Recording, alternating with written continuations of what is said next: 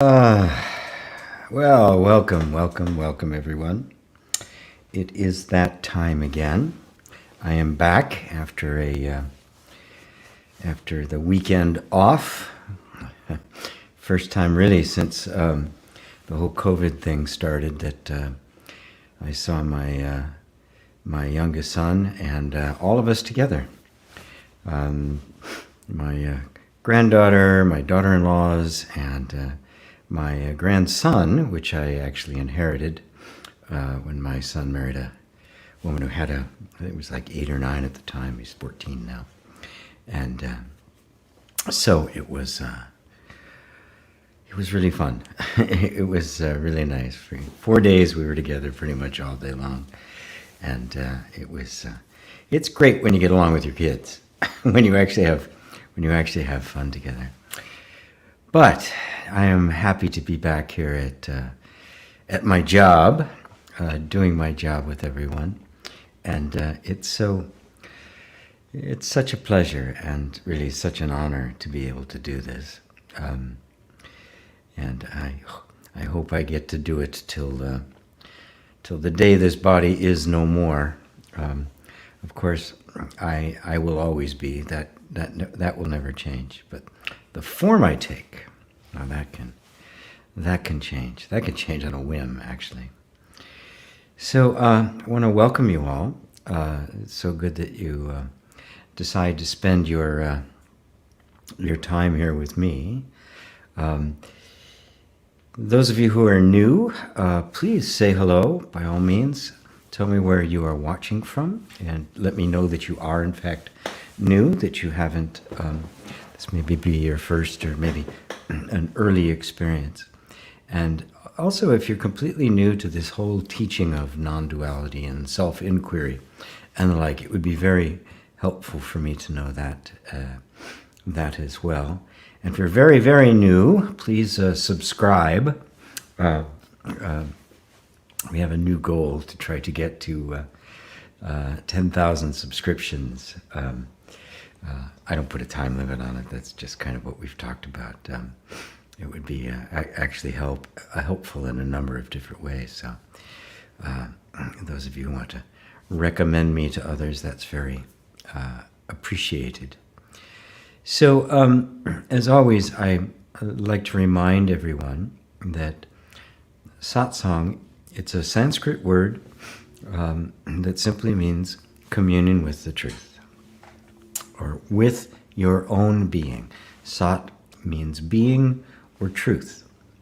And of course, being and truth, they would have to be related, right? What is being, and so that is truth. Your being is really the only truth you know. You are the only self you know, right? Everybody else is experienced, aren't they? Everybody we call other is experienced. Everything you know about them is really an approximation of them. The only way you could know someone completely is to have lived their life, right? There's no other way. And since you can't do that, you can't live somebody else's life, the only one you actually know, the only self that you can regard as absolutely real, absolutely essential, the sum total of everything you could possibly know would have to be yourself. Move the water over, I don't like that napkin showing. And that's why in satsang and in non-dual inquiry, that's where all the focus is. You focus on that which you can actually know. The only place you can go where you can trust that what you are experiencing is genuinely you. And that's just the very simple sense of your own being. Without any interpretation, without any thinking, without any memories or associations or projections of the future. Just the pure experience of being without thinking about it. And it's not actually that hard, right? Because if you weren't here, you couldn't even experience thinking. If you weren't here, you couldn't experience an other. could you? No matter what the experience that you have in your life, be it wonderful, absolutely ecstatic, right? Or horrible, you hate every minute of it. There could be no experience at all were you not here. Now, some may just go, yeah, well, so what? Of course, but it if you dismiss it that quickly, you're going to miss the incredible subtle profundity of that, your being. For thousands of years, we had, through various means, we have been searching for the essential, right? We've been searching for that fundamental, that irreducible and indivisible thing out of which everything else springs. Because at every level of perception, right, the body's made up of smaller parts, organs and chemicals and the like, and all of the organs are all made up of cells of different kinds, and the cells are made up of molecules, and the molecules are made up of atoms, and the atoms are made up of subatomic particles, and those are made up of subatomic particles. And it gets all the way down to, at the level of quantum and the uncertainty principle, you don't have any thing at all. You don't have an object. You have a wave. That everything is a wave. That in a particular instance will look like a particle, right? But that instance is something that takes place over time. And so space, time, and this, at this level of perception, you have to have all three of those, right, in order for anything to exist. But so at every level of perception, we're looking at an appearance of something less than that, of something smaller. And the whole hunt is the whole quest is to find that which is not an appearance of something else. Irreducible, that fundamental thing, whatever that might be. Well, whatever that is, it's what is, right? It's not an appearance, it is what is the truth. Now, what are you? We always refer to ourselves as I. I am. I am this. I am hungry. I am cold. I am happy. I am. I am. I am.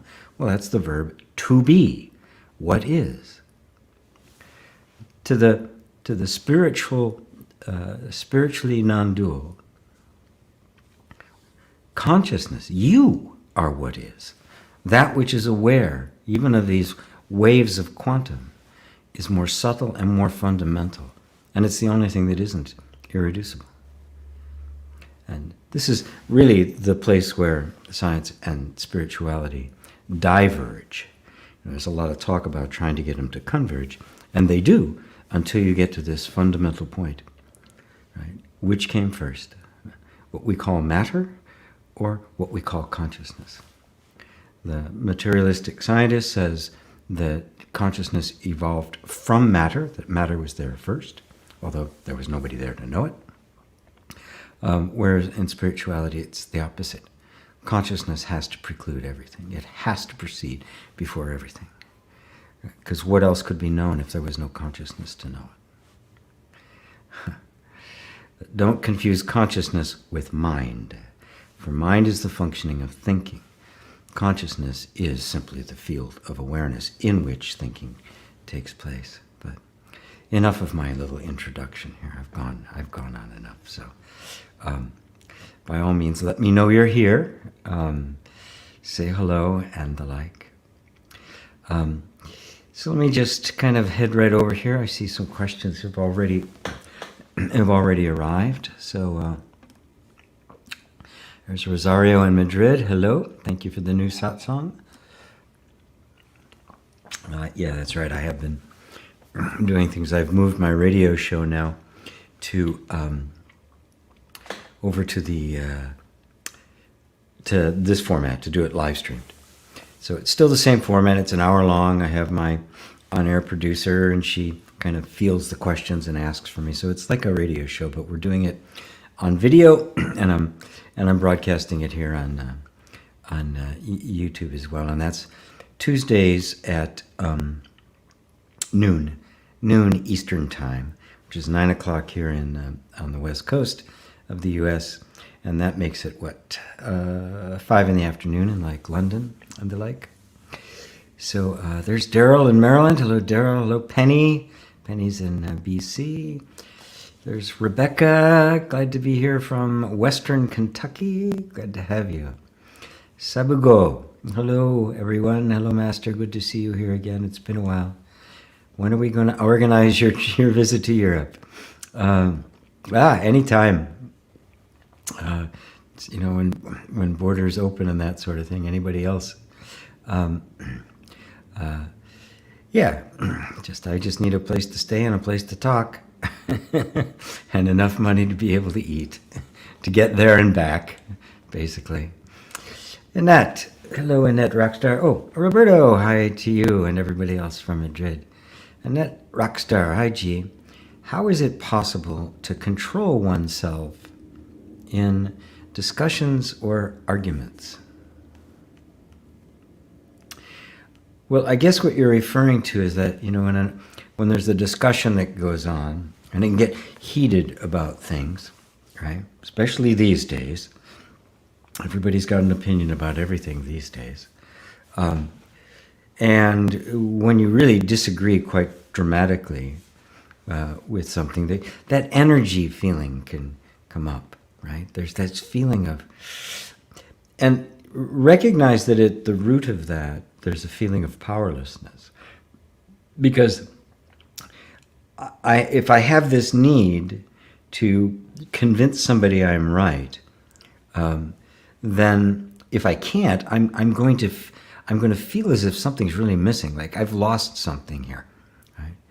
At that point, it ceases to become just a disagreement of opinion, two reasonable people disagreeing on something, and it starts to deteriorate into a sense of some kind of almost a personal vendetta, right? Like it's kind of like arguing with somebody who has an extreme right-wing political view, right? Or a racist, right? Who's convinced of it, right? And because of that level of being convinced, there's nothing you're going to be able to do to change their mind. And to recognize that can be very, very freeing. So on one part, recognize sometimes you cannot engage with everybody on a reasonable level. And there's probably subjects where people can't engage with you on a reasonable level, right? So if I feel like I have to be right, then I'm going to try to be asserting myself, right? But if I don't feel that way, if I recognize the fact that, well, you know what? I could very well be wrong. As a matter of fact, I probably am about pretty much everything. That's why when we start into non-dual inquiry, we start with the one thing you can only know, the only thing you can know for sure, which is your own being. Everything else is a perception. Everything else is going to be based on a particular point of view. You could take 100 people and put them in a room as close together as you can get them, and everybody's going to have a different perception of that room. Not just the physical perception of where they're standing, right, or sitting, but their preferences for the room's too hot, the room's too cold, I don't like this color, I react to this color. There'll be all sorts of preferences and patterns from the past and associations, right? Somebody could have been hit by their dad who liked a blue shirt, so every time they see a blue shirt, they cringe, right? So now you get into a room and there's a bunch of people there with blue shirts on. That room is going to have a completely different feel than somebody else. So none of those are trustworthy as far as what the truth is. And if we're going for the truth, we can recognize that everything I hold about every subject possible is a perception. It isn't the truth. There is no such thing as the truth. When you're talking about human activity and human engagements and the systems of the world, the politics and the economics, the religious, there's no truth there. It is because it is all based on perception and belief. So the controlling of yourself is the way you put it, which is to keeping yourself from getting emotionally engaged, won't come through some kind of a strategy. It'll come through this deepening of understanding that it is all just a matter of opinion. It is all a matter of perception, and nobody's perception is 100% correct. And then a practice of simply being present with your own feelings. To allow yourself to feel what you're feeling when you feel it. To notice your own hot buttons when you react to something. And when you notice that you're reacting to something, and you can be with the reaction without falling into the behavior that reaction wants you to fall into, because of course that's the nature of reaction. Something happens in the environment, it triggers something inside of us. That trigger wants us to automatically go into a particular behavior based on the past and conditioning and the like. But if you remain conscious at this point, and you feel the trigger, you feel the impulse, but you don't follow up with the action, what you do is break that association. You break that connection. And little by little it gets bigger and bigger and bigger until you can go off into a completely different direction. And you're no longer on autopilot. This is what it means to become conscious. And this is when consciousness is sinking into the entire body and dismantling all the structures of the past. So it comes about as a result of a practice with yourself. This is what meditation is about. And oftentimes, when I teach inner reconciliation, I will use a technique I call intentional triggering. Matter of fact, in video number 5 in the series that I've just released, that's what I'm going to do in the inquiry. We're going to do an intentional triggering. We're going to purposely bring to mind some kind of thought that has an association and feel the reaction to it. And when you do that consciously, and you're consciously engaged in it, that's when this separation takes place. Because the separation is maintained and strengthened when there's no consciousness there. It just happens, right? The trigger isn't questioned. Right? And part of that trigger would be, they're wrong. They're so stupid. God, why can't they just see this? Right? That's all part of the behavior that goes with it.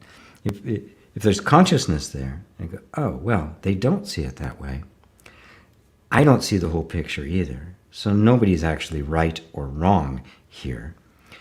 And then if both sides do that, then you finally have the opportunity for a conscious discussion. You have the opportunity for a harmonious conclusion, for two honest hearts to find the best perspective in the moment, the most possible good that could happen in the moment, knowing that in the next moment it could be different. Right? That there's no absolute, there's no system that is absolutely perfect. This is it. This is the system we need. They used to believe it was kings, and then it became, it's capitalism, and tried various kinds of systems that were supposed to be the perfect system, and they never were. They seem to be perfect for a few, and it's always been a little few, but there was none, and there is none, because life is dynamic. Human beings are dynamic. Everything is dynamic. It's something that we can look at constantly together. And eventually get to a shared value. And for me, the only value really that should be governing human activity is love. Simple. Love. What is the most loving thing under the circumstance? That has to be the closest thing to right. And if that is the overarching value, well, that's going to, and if everybody has that value, right, we may disagree on what the most loving thing is. But if we're all searching for that, well, then we will come to an equilibrium, we'll come to a flow between us all. So hopefully that helps, Annette. I hope that helps. Roberto, GP, the steps you take through your life, do they not make you enjoy more and more safety? Meaning, you might not have developed that sense of safety unless you had gone through those steps in life. They say, great videos you released on inner reconciliation. Thank you, by the way. Third one is outstanding. Yeah, I've gotten a lot of great comments on that one. It's called the existential crisis, and it's how the whole separation from your soul took place. Looking forward to the fourth. He says, I feel I have disappointed life. Is that possible? Well, let's go a little bit at a time. The steps you take through your life. The steps you take through your life, safety, you say, make you enjoy more and more safety.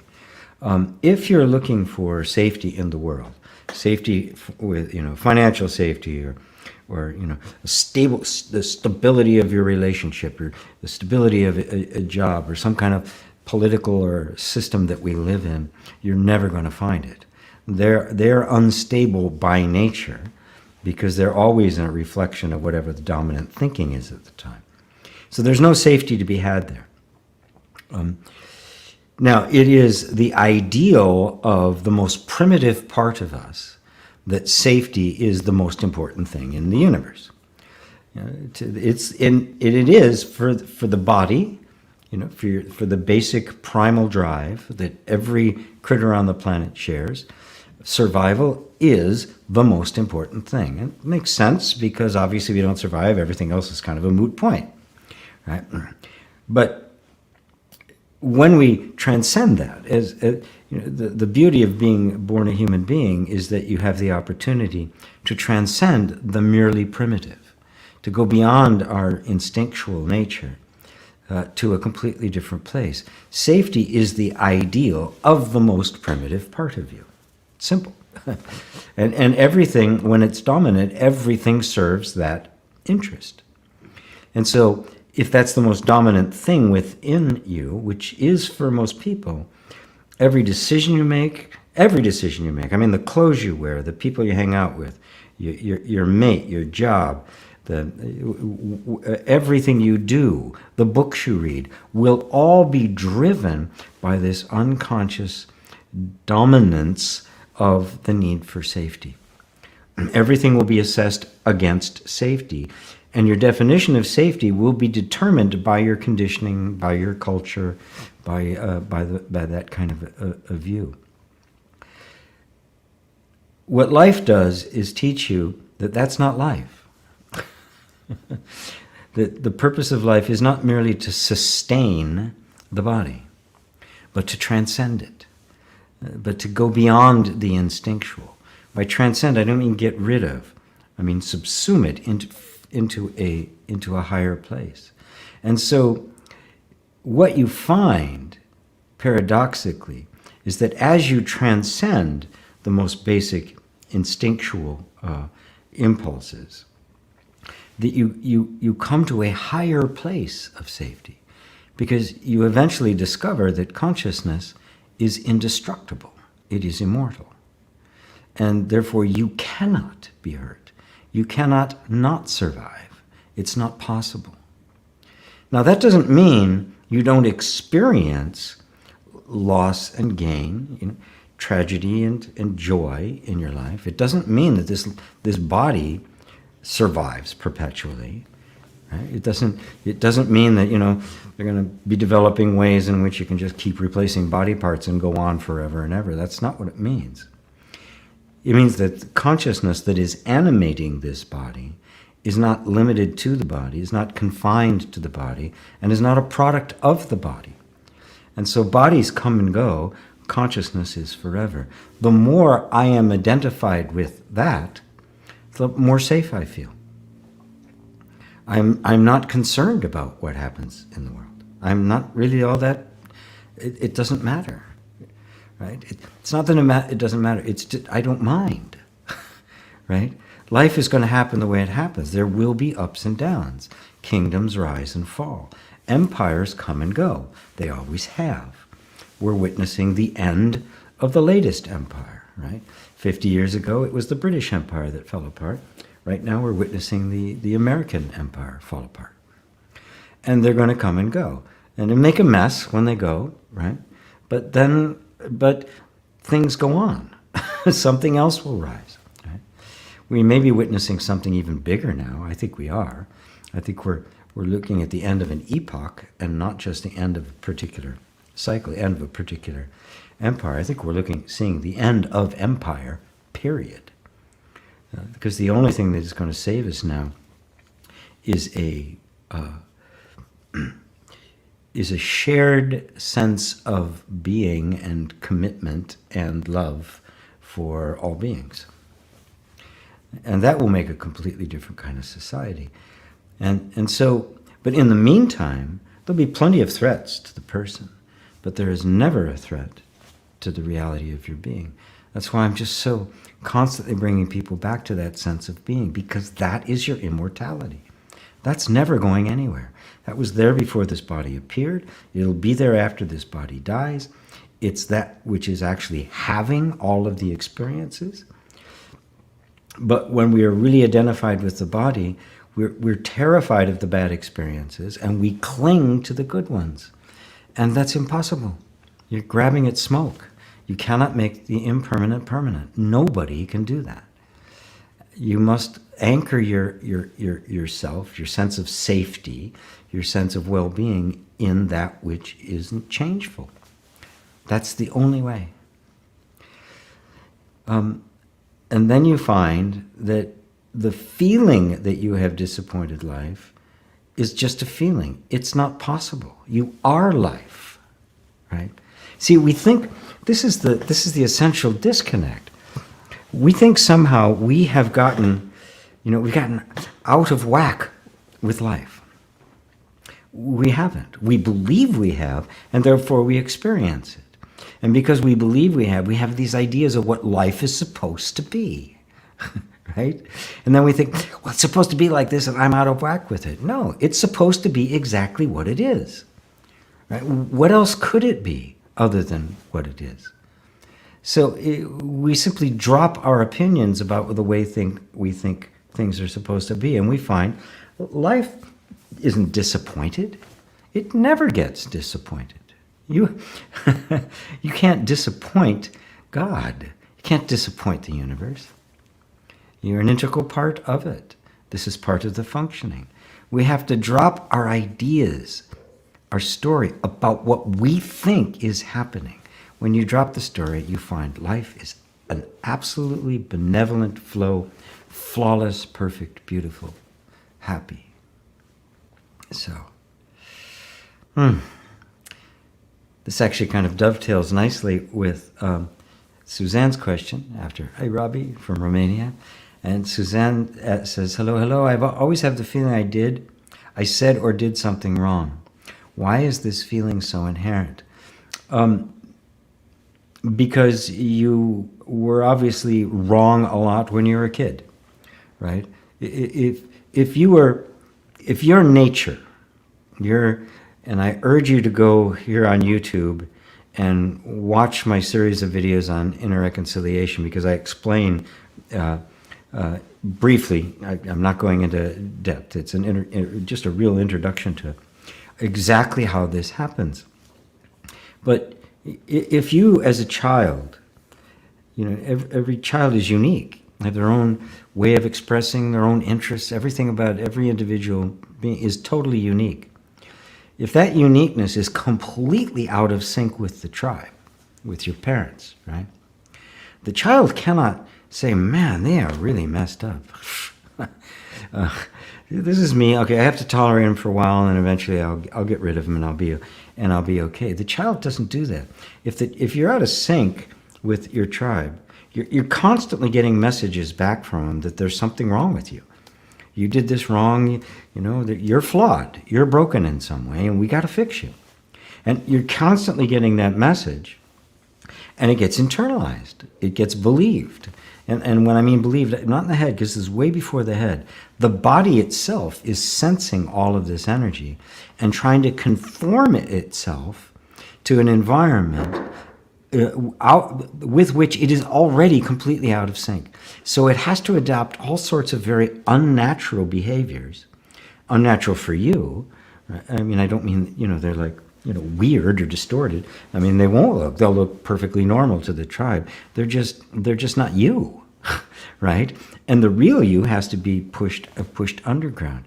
So there's going to be this consistent feeling of being wrong, of being a phony, of not being enough, of always doing it wrong, right? Because you're not. Because if you're being yourself, it's wrong. By definition of the tribe, not by definition of life, not by the definition of truth, not by the definition of reality, but simply by the definition of the tribe. But as children, we are so completely dependent upon them. We are so vulnerable that we push our authentic selves to the side and we conform to their wishes. But deep down inside, we know this has happened. This is what I call the soul disconnect. We know that this has happened. Now, it gets buried completely. We forget about that. We begin to think that this persona we have adapted to conform to the tribe, to give, so that we get from the tribe what we need to survive. We forget that that's not who we are. And later on, as you develop, that's what's called the ego. I am that. But the entire time, there's this discomfort underneath. Something's wrong. Something is off. Everywhere, right? And that's the best thing for you. I mean, that's how the consciousness movement, the self-help movement, personal development, success, that's the real impetus that started, that those are all trying to answer. They're answering it incorrectly from my point of view, because they're basically giving medicine to the ghost. They're trying to do self-help on a self that never existed in the first place. When I say it didn't exist, what I mean, it's not the real you. You're trying to improve something that was never you, right?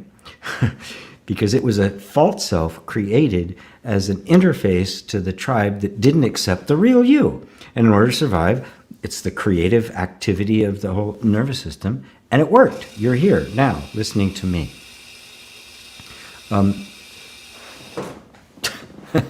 I don't know what that noise is. So anyway, so that's how it happens, and that's why you feel that way. That's why it will persist into adulthood until we recognize, yes, that isn't who I am. And now we begin to turn inwards to find out, okay, who am I? Who am I really? Who was it that got pushed to the basement and was not allowed to appear? But because, remember, it was the need to survive, right? That to be yourself was literally dangerous, which is why it's so hard to recapture and get back to the original you, to the original innocence. The nervous system is constantly making obstacles and throwing rocks in the bush. Look, over there, distracting you, Facebook, what's on Facebook? Anything to keep you from looking here, because it's not that it's trying to keep you from knowing yourself. It's just convinced that if you become yourself, you're going to die.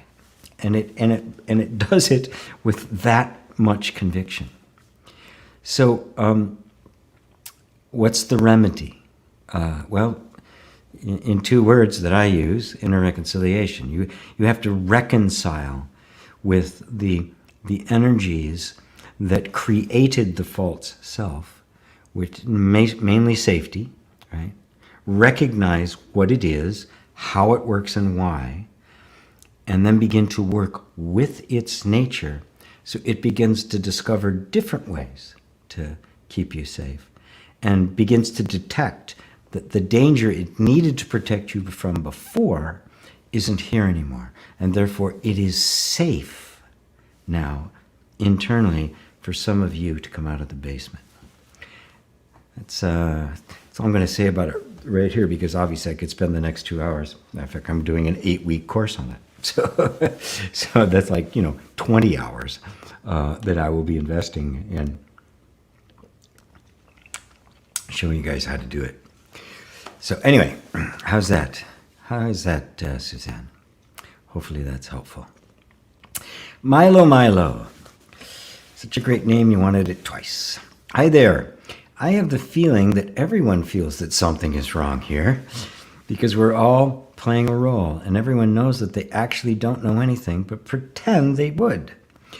Yeah, I guess it's kind of an extension, isn't it? That's exactly what I was talking to Susan about. Yeah, we sense it, right? And we have, in our modern world, we have enough freedom. We have matured. Our consciousness has developed enough that we can begin to recognize it. For thousands of years we didn't. It was just, you worked the field, you died, period. That's it. Right? There wasn't any, a few here and there, right? Could go into a monastery or someplace and, or study with a master, and not much in the West, right? You ended up in the priesthood, completely indoctrinated by the church. If you're fortunate enough, to be born in someplace like India or maybe China or Japan at the height of Buddhism, the golden ages of Buddhism, you would have had ample opportunity.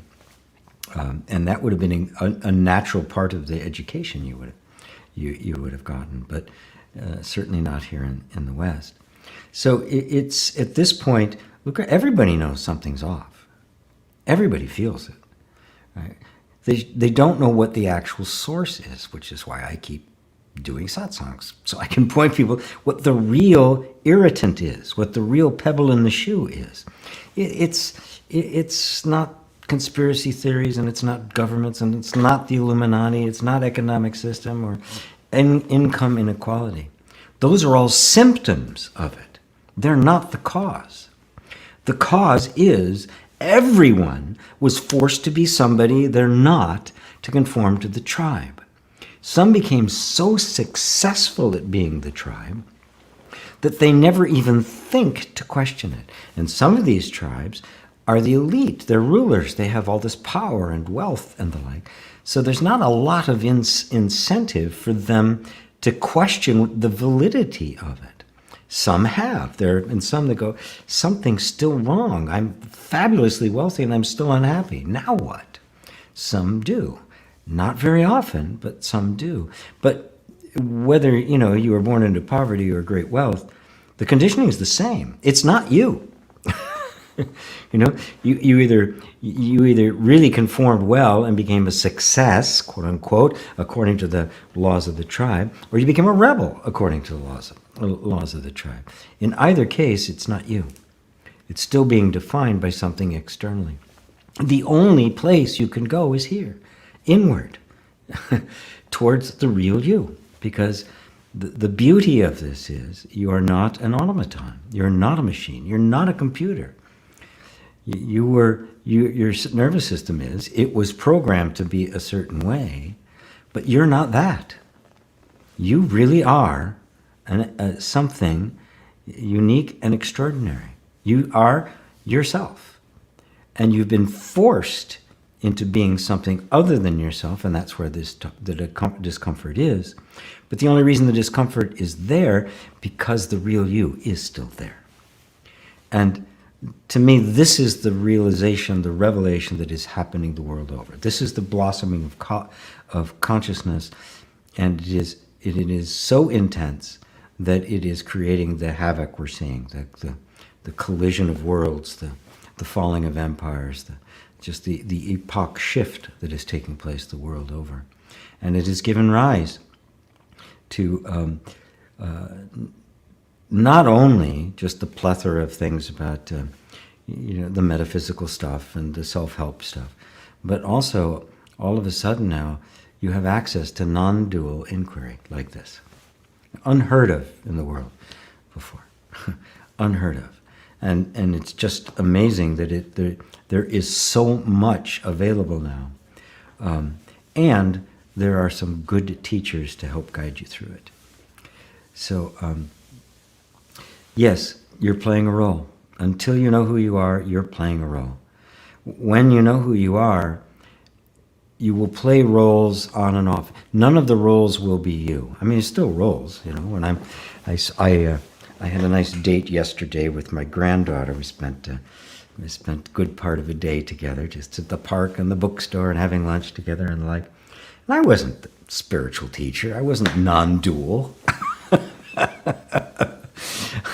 We were reading books, and I was on the swings, and I was on the scooter, and I was just Grandpa, right? She fell off something. I picked her up and comforted her until she was ready to get back on. So I'm not that now, right? Now I'm spiritual teacher, right? The roles come and go, but it's not you. You know that none of these roles are you, right? And unfortunately, when we're little, if we knew that, we could play the role for the tribe and still maintain our internal integrity, but we have to learn that. We have to lose that in order to understand its value so we can gain it back later. So I hope that kind of sheds a little bit light for you, Milo. We're 41 minutes in. I hope people are asking questions early because I'm seeing a lot of them. Wow. So I'm just going to take them in order until it gets towards the end, and then I might scan. Lola says, excuse me while I sip on my tea. Hi, everyone. I always get a pain in my stomach when I'm stressed out or I'm in trouble with someone. Do you have any advice for me how this energy doesn't lead to pain in my body? Thanks a lot. Well, a pain in the body or an irritation, an anxiety, remember, all of it's experienced, right? Sometimes we experience things as thoughts, sometimes we experience things as emotions, and sometimes we experience things as sensations. That's it. That's the sum total of all of our experience. And those sensations can be very subtle. They can just be kind of a nervousness, or they can be more of a pain. They can actually kind of congeal into something that feels more solid. They can actually even create physical ailments. These original traumas that I'm talking about, there's plenty of studies that shows they are a direct correlation with physical illness and the like. Now, I'm not trying to scare you. It's like, oh my God, I'm going to get sick. And it's nothing like that, because the remedy is always the same, right? Why are you stressed out? Let's break it down. Right? Our stressing is not in any circumstance. There's no such thing as a stressful circumstance. Right? You could take two different people, put them in the same circumstance. One will be stressed out. One will be going, yeah, no big deal. Now, if the circumstance itself was stressful, both people would react with stress. But you can put a bunch of people into that situation and get a whole continuum of different kinds of reactions. Some totally cringing, others going, what's next? Completely indifferent to the entire thing. So it's not the event that creates stress, or even the someone that we may be having a disagreement with, right? It is our reaction to it. And that's really good news. Because if it was the event, there's nothing we can do about it. And unfortunately, for most people, they spend their lives trying to make the events change, right? Or avoid those events, right? Which means we avoid our lives. We have to contract to become small and stay invisible and that sort of thing. So the remedy is to really break this down and see, all right, what in me is reacting to this, right? Now, that may require actually experiencing that stressful situation. Again, this is what I call intentional triggering. I may do it with someone through their mind, just envisioning themselves in the circumstance, and that's usually enough to trigger an emotional reaction, and then you just be with it. You just stay with it for a little bit. I did that when I worked with combat veterans who had severe PTSD. Sometimes they panicked thinking about taking a shower. Right? Taking a shower was just painful. So I had him on the phone. I said, okay, let's get into the shower. Have your clothes on, but just get into the shower. Just step into the shower. And he felt it. I said, okay, let's tap. And we tapped it until there was a sense of calm there. There was another fellow who couldn't do any shopping during the day. So I'd have him first walk to the door. Right? There'd be a reaction. Okay. We'd work on it. He'd go out to the door and walk out to his car. He'd reach for his car. There'd be another reaction. Right? So you can see can be many layers to it. At some point, the whole thing does collapse. And the fellow, who couldn't go shopping except in the middle of the night, told me he went to a movie in the middle of the day, first time in 40 years. I mean, the effect of war is just, oh my God, what a horror. Anyway.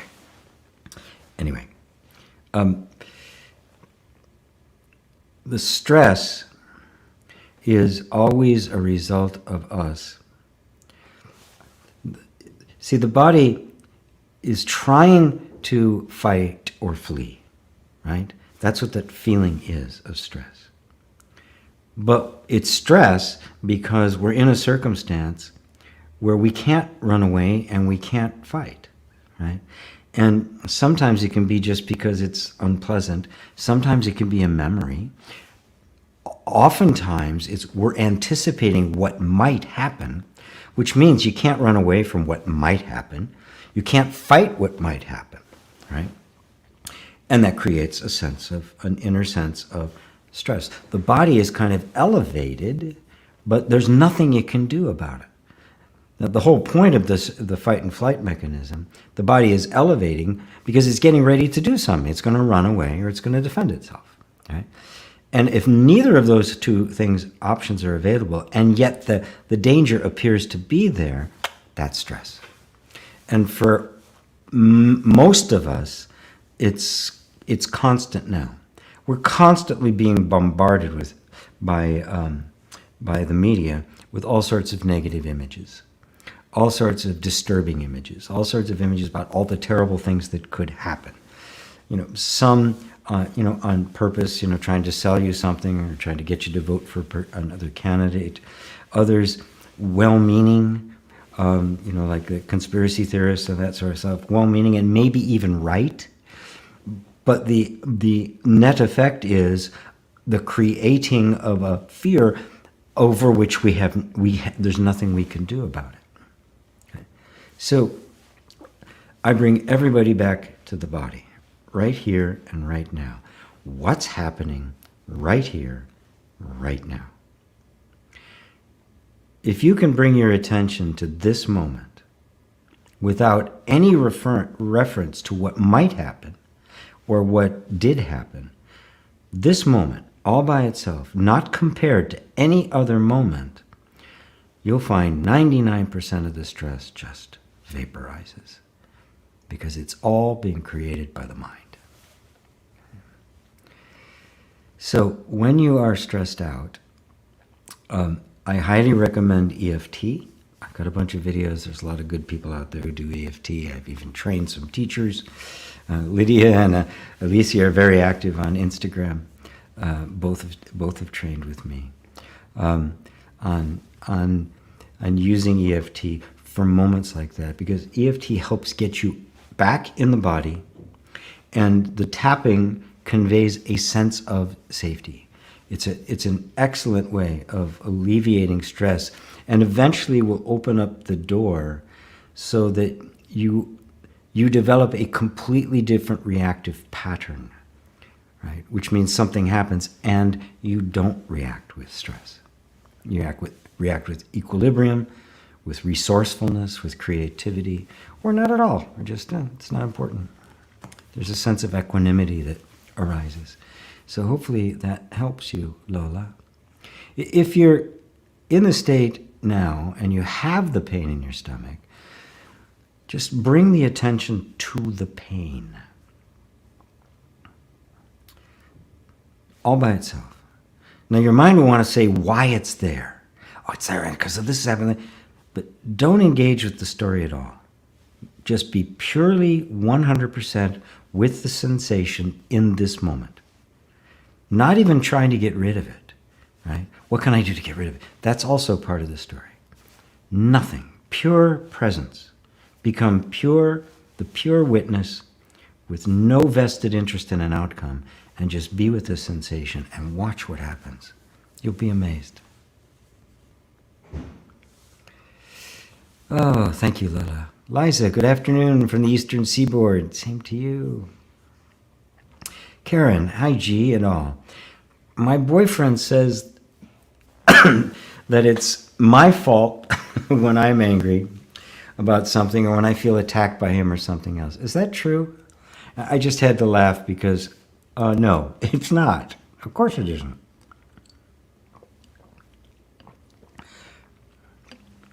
Hopefully, your boyfriend just doesn't know any better. Because sometimes, people who are like into the law of attraction and stuff like that, or the mind-body relationship, or sometimes even into this kind of non-dual spirituality, say, oh, it's all your reaction. Okay.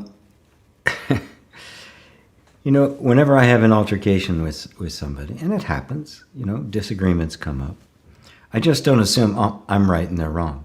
I just don't assume, oh, they're just reacting. That is so arrogant, right? There's always a dynamic when there's two people involved. And if the two people are really dedicated to one another, you want to get to the truth, right? When you get angry about things, it's not your fault. It is your responsibility because obviously we have to take responsibility for our reactions.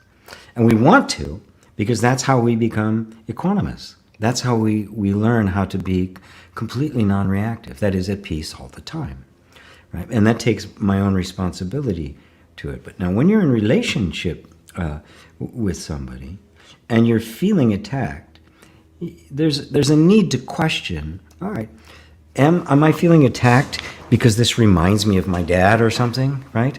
Or, some experience I had in the past, or maybe with another boyfriend that I had, right? Or is he trying to lay something on me, right? Right?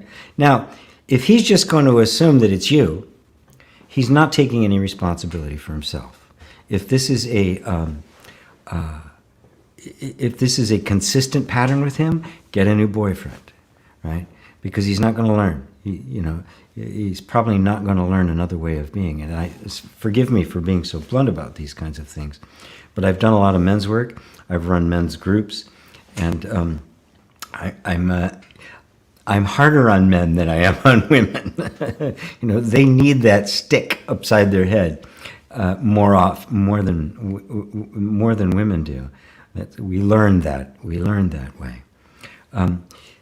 So there's got to be a willingness to take some responsibility for the dynamic in the relationship. If there's certain things I say that or do that really irritate my partner, no, I'm not responsible for the irritation, but also, okay, what can I do to lessen her pain? What can I do to help her work through the trigger and be a support in that, right? And sometimes it's just me, right? It's just what I am, and I can't change it. And that means, you don't have a relationship, basically. But if it's something that's minor, and I just have to change something a little bit so that it's easier for her, well, I do it. What's the big deal, right? What's the big deal? If it is something there's a conflict there, and you cannot work it out both sides, this is how I'm feeling, this is how I'm reacting, and he could say the same thing, you can create an environment with somebody in which there is that kind of freedom and that kind of safety that allows the space for both of you to explore what's you and what isn't you, right? What is somebody just kind of stepping beyond the boundary, right? Going beyond where they should go, and what is my reaction, right? What is simply my reaction? That is, and when I say reaction, what I'm talking about is I'm reacting now in a way that's not appropriate for right now. I'm actually reacting to something that happened in the past that's still active in my system. And we want to get to all of those. And a good relationship is the most beautiful setting for that to happen, if both are consciously participating in it. If not, and somebody's, it's always your fault, and that's consistent, and there's no willingness to look together, you need a new boyfriend. Period. That's all there is. That's all there is to it. If he's not going to change that, is not willing to accept that he very well could be triggering it, and maybe even on purpose, not consciously, right? But sometimes we learn how to push people's buttons, and we do it, even unconsciously, because we want to keep them in a particular state. Why? Because that state is comfortable for us. Because if he could trigger you, you do this, he do a certain thing, then he can take the position he's comfortable with, and I'm going to be superior or something. Boy, this dynamic is so fascinating, but the potential is so big and so beautiful. So hopefully that's a help for you, Karen. Right? I don't want to just say, yeah, get a new boyfriend, right? Again, I'm a fan of relationships. I just see them as being just really struggling, especially these days. The relationship between the genders is no longer cut and dry. It used to be defined by the culture. This is what a woman was, this is what a man was. That's all fallen apart. And we're kind of on our own, right? We don't have a guidebook, right? Cultures are still trying to impose it. We have still arranged marriage, and women that still have to, keep their faces hidden or wear a wig or something like that. But for most of us, that's all gone.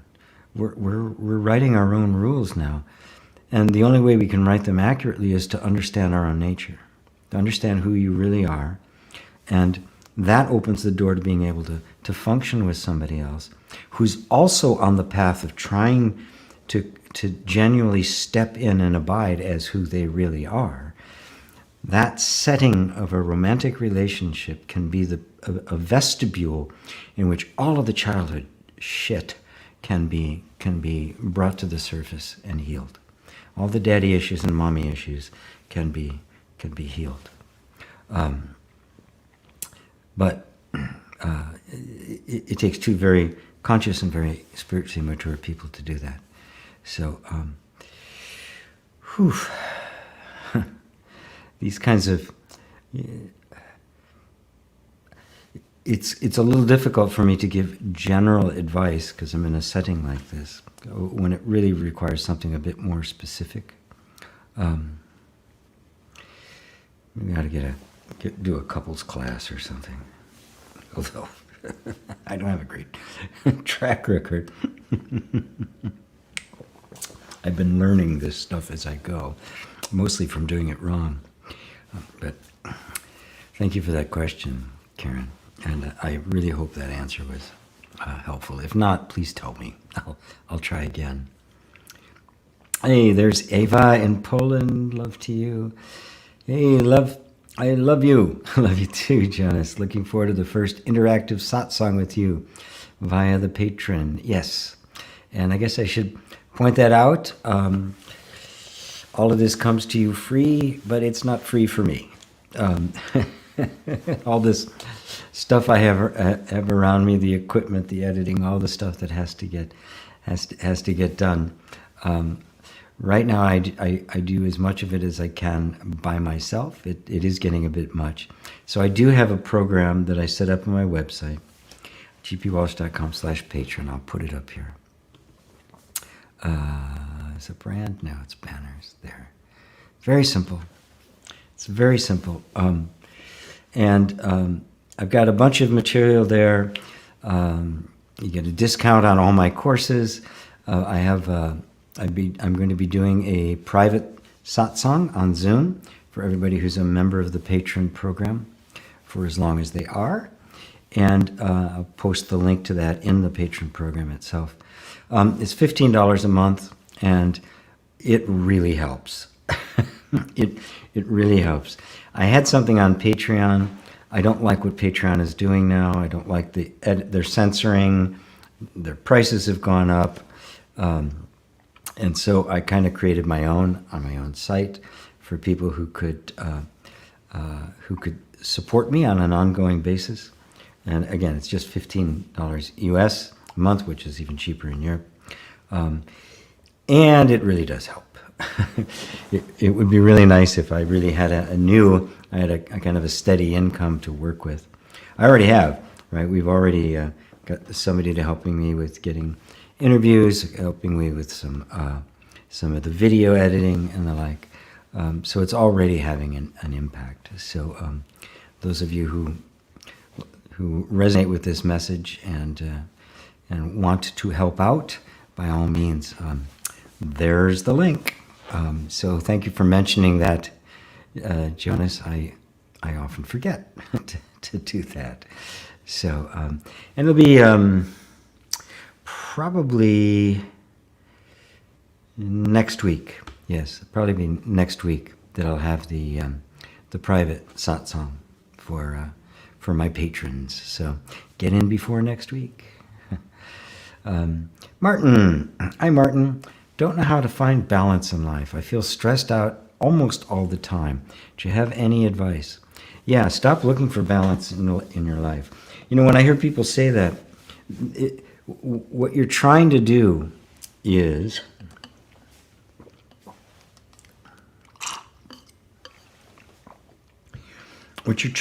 get the events in your life to to balance out.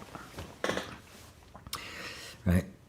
The attempt to find balance in your life is in fact very subtly the ego trying to control circumstances. Right? Stress that you're feeling is not caused by the circumstances. I was explaining that earlier. It is caused by our reaction to them and the subtle yet pervasive idea that things should be different than they are. What if they didn't need to be different than they were? What if everything was okay right now, just the way it is, and all you have to do is accept that? Now, your mind doesn't want to accept that, because if it does, there's nothing to do. There's nothing that needs to be balanced, right? Everything's just fine. Wouldn't that be weird to just, everything's okay, I'm just happy? Wouldn't that feel strange? We've all been educated to be doers, fixers, thinkers, planners, strategizers, right? Nobody's been taught to just be. The joy of just being. There's always something's wrong, something needs to be fixed, I've got to improve this, I've got to make this better. And that drive for the balanced life. Here's a balanced life. And what's happening? Nothing. That's a balanced life. This is life. Flow. The yin-yang sign is a far better image of life as a flow rather than a balance. And what does that mean? The flow simply means you let it flow. You aren't a dam in the stream, right? You're simply in the stream flowing with it. You're not trying to be an obstacle, nor are you hanging onto a branch trying to swim upstream, getting pummeled by the water coming downstream. Okay? Let go of the idea of balance. It doesn't exist. There's always a constant flow. If things come into a state of equilibrium, life stops. Life is a constant churning, a constant motion, right? So, let go of that idea. That's not the cause of the stress. The cause of the stress is the underlying belief that things should be different than they are. Drop that belief, the stress is gone. because that's what sustains it. Now, for the most part, for most people, to simply see that isn't enough, because the belief that things aren't okay isn't just in your head. It's been programmed into your body. It's every activity, every thought and feeling, of course, but the things you do, what you do in the morning, your plans for the day, the books you read, everything is being driven by these underlying beliefs, which I call energetic assumptions, because they're not even thoughts yet. They're an energy pool of assumptions that will then manifest as thoughts. And we become aware of the stress, and we become aware there's something wrong, I shouldn't feel stressed. But because we're ignorant of the real source of it, we start thinking the stress is caused by circumstances. Oh, it's because I can't get everything to balance. If my life was in balance, I wouldn't feel the stress. Wrong. That is the mind pointing you outward for what in fact is inward, right? The real problem is the belief that life has made a mistake, right? That it's supposed to somehow freeze itself, which is what the balance is. It's not, don't breathe though. Don't breathe. Don't breathe. Oh no, there it goes again. But what if that didn't matter to you? There it goes. Right, well, I'm up, yay. I'm down, yay, okay. You won't feel the same kind of, you won't feel the stress, because there's nothing stressful about life. Stress is all our trained resistance to life. That doesn't mean that it's always wonderful, right? That there aren't going to be times that really suck. They will, but there'll be no suffering in them. They just be, well, okay. What goes up must come down, right? If I breathe in, I have to breathe out, right? The heart contracts and expands. The universe does this. It doesn't, it's not, perpetual, it's not perpetual bliss. So I hope that helps you. Martin? Yeah, Martin. Diane. Hi, Diane in the UK. Love to you, G, and all your lovely friends. I'm losing my eyesight, but your teachings show a new way of seeing. Oh, so beautiful. Beautiful. Yeah, I was born nearsighted. I could never see. In fact, I couldn't see through my own eyes. I'm not really my own eyes till I got cataracts and they had to put in false lenses. I wore glasses my entire life. I could never see. So I was kind of born that way. So the true seeing is within. At some point we're all going to lose our sight, right? The body dies. It goes away. Right? The body dying actually means it just stops functioning. And from the perspective of those around, it looks like you have gone, right? From your perspective, you won't have gone anywhere. You'll be right here. It's just the experience you are having will simply fall away like a dream. Right? And being somebody getting older myself and watching how the body is getting ready to shut down, as it were, right? Not imminently. I'm not sick or anything. I actually just had checkup and I'm perfectly fine.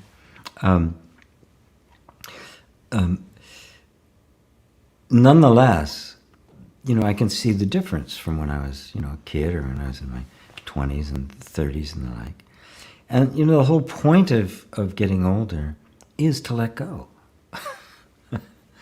Things fall away so that you will learn to let go, because you can't hold on to anything, including your life. And that's true seeing. True seeing is wisdom. The true light is consciousness. And everything appears to consciousness. And what appears to consciousness is always crystal clear. It's always seen. Right? We're always seeing through a glass darkly, as Paul put it. We're always seeing through the lens. The human eye can't see nearly the same amount as a cat can or a horse, right? We can't see the full range of light. Our experience is confined to these senses. So when the body falls away, what a wonderful relief that you're no longer confined. Your experience is no longer confined to the senses. It's not a bad thing. And just as things fall away, it's just a preparation. It's just to open the heart to let go, to eventually let go of all of it. And of course, if you want to let go of all of it now, you're free to. That's how you become the Jivan Mukta. Jivan Mukta. So Rabi, when I want to forgive myself, is it enough to forgive myself at one moment and then be done with it? Or is it an active process until the body system feels like it is good enough or willing to let go? It's a process. Forgiving is not really something you do, it's a state you arrive at. If by forgiving yourself you go, oh, it's okay, I did that, right? That's kind of a pardon. It's not really forgiveness. Forgiveness is when you see what you did, whatever it might have been. You see the impact that it had, right? And you recognize the wisdom of that particular action or activity or whatever. It isn't supportive, it isn't loving, it isn't helpful, right? To see that, right, is the kind of wisdom that is self-correcting. And that's forgiveness. Right? Now, the other part of forgiveness is the recognition that the only reason we do things is because of conditioning. When we are unconscious, we are acting out our conditioning. And we don't have any choice in that. Right? So you're just going to do what you do. Even somebody who does horrendous things, like a mass murder or something, while we need to protect ourselves from people like that in any way that we can, we also have to recognize that it wasn't really a conscious choice on their part. Right? Their conditioning was such that made them susceptible to certain thought patterns, certain belief systems, certain ways of seeing the world, and then the energy of this is something I need to do, or I have to, I've got to do something about this, and the belief system that these people are responsible for it, and it'll be a good thing if I take a bunch of them out or some of them out. However twisted it may seem to us, right? That's their conditioning, and unless they see the insanity of it, all the best you can do is just restrict their activity and not allow them to do it. Right? Really, that's all you can do. But that doesn't really help. Some way you've got to bring them to see their unconscious actions. Once you see that, consciousness has arrived, and consciousness cannot do anything that it would need to be forgiven for, because it's conscious. It sees itself, it sees the other, it sees the relationship, it sees love, it sees compassion, it sees the way. It is true seeing. And therefore it simply will not commit any kind of action. I hear that complaint all the time. Well, if it's just, none of this matters and it's all just conscious and all, you do whatever you want, which is so naive. Right? It's really somebody who isn't thinking about it very deeply. Right? Consciousness. When you're conscious, you're conscious. You're aware. You're aware of what you're doing. You're aware of the impact that it has. There's an empathy there that feels the effect that it has on others, and that is the enlightenment of the heart that awakens one. And with that awakening, you arrive at the state of forgiveness. You see that everything you did bad in the past, every offense or betrayal you did, every pain you caused, was all caused out of your ignorance. When the ignorance is corrected, so is all the behavior. That's forgiveness. And that can take time, right? So it is something you're doing all the time, and little by little, the body itself begins to conform itself to that level of wisdom. And then we have the experience of it moving through the entire system. So the system is no longer being driven by unconsciousness, but by consciousness. Right? And that's the freedom that moves throughout the entire body. So hopefully that answers for you, Robbie.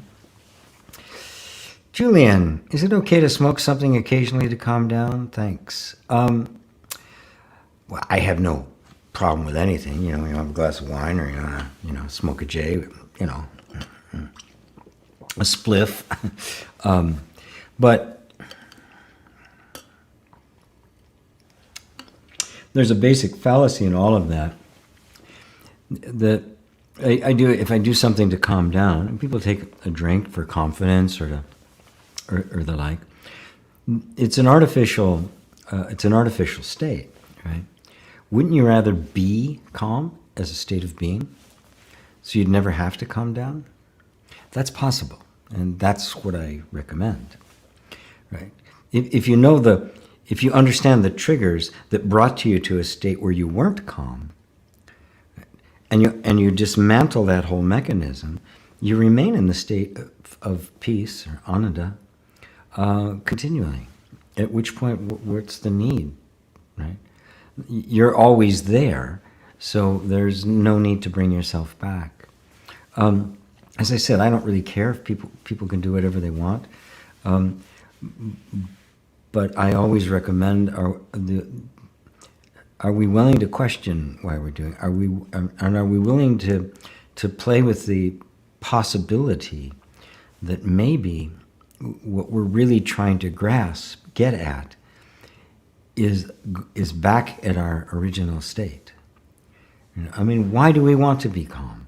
Because we recognize the state we're in now is off, right? Something's wrong. We want to get back to calm. We want to get back to peace. And we're not feeling peaceful. Right? So it's natural for us to reach for something that gives us the temporary feeling of that. But recognizing that it is temporary, we might think, well, okay, maybe there's a permanent way of being. So I don't need anything external. What would that be? I inherently know, instinctively know, when I'm not in that state, and I want to get back there. And of course, I've been trained, like everybody else. I'm going to do it through some substance, or maybe through relationship, or through some altered state of consciousness or something. I'm going to do yoga, or I'm going to exercise, or whatever. All of which are good things. There's nothing wrong with any of them, per se. Right? But what am I trying to get to? I inherently know the calm state is where I should be. So I have an intuitive sense that that's my natural state. And that when I'm not, I'm out of whack with myself. So now how do I get back to me? And this is the difference in the spiritual approach that says there's nothing wrong with all of that stuff, but it is temporary. It comes and goes. Let's go to the place where there is no need for anything external, because you are perpetually in that state of peace, and therefore you have it. It never gets ruffled. It never gets disturbed. Therefore, there's never any need to return to it, because you never fall out of it. Does that answer it for you, Julian? Yes. Hello, Jay. I hope you had a beautiful week of deep insights from the depths of being. Thank you, Jay. Ursula in Madeira Island, hello to you. There's Bob. I call her Bob because I have such a hard time pronouncing your name. Hi, GP and everyone. I'll also join this wagon of human feelings. I'm experiencing this heavy feeling of not belonging anywhere or to anyone, like a stranger in my own life. Right. What you're feeling is the truth of the experience of the soul disconnect that I've been talking about in those videos. Those of you who haven't listened to them, they're here on YouTube. You can also get them. I've got them also on my in the Om School, my classroom on Thinkific,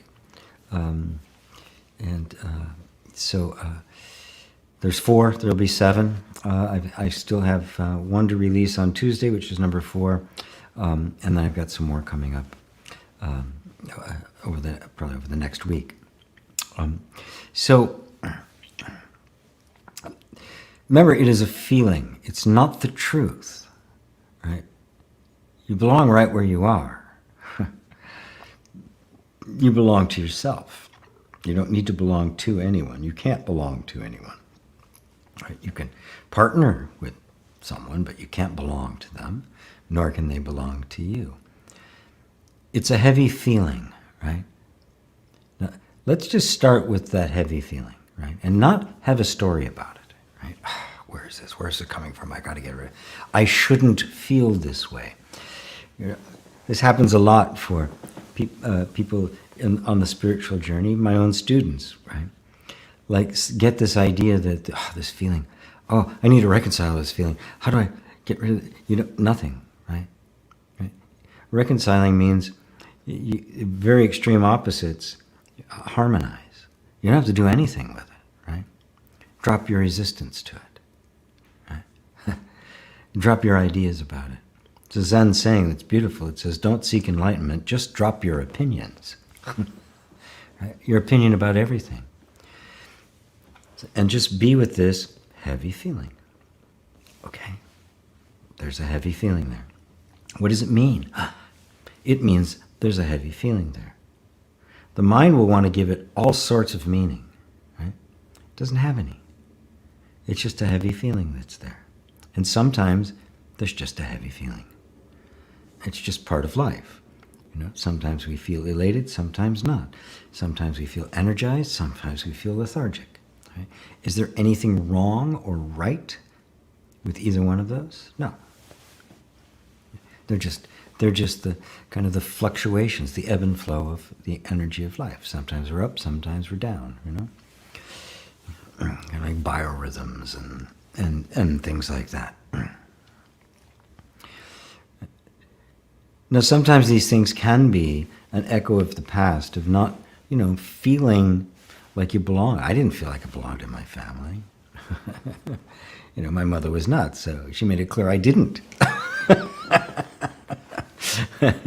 Unless, I was the Republican lawyer. Right? Then I would have a place. Otherwise, I was an outcast. I was a guest. I was told that I was a guest.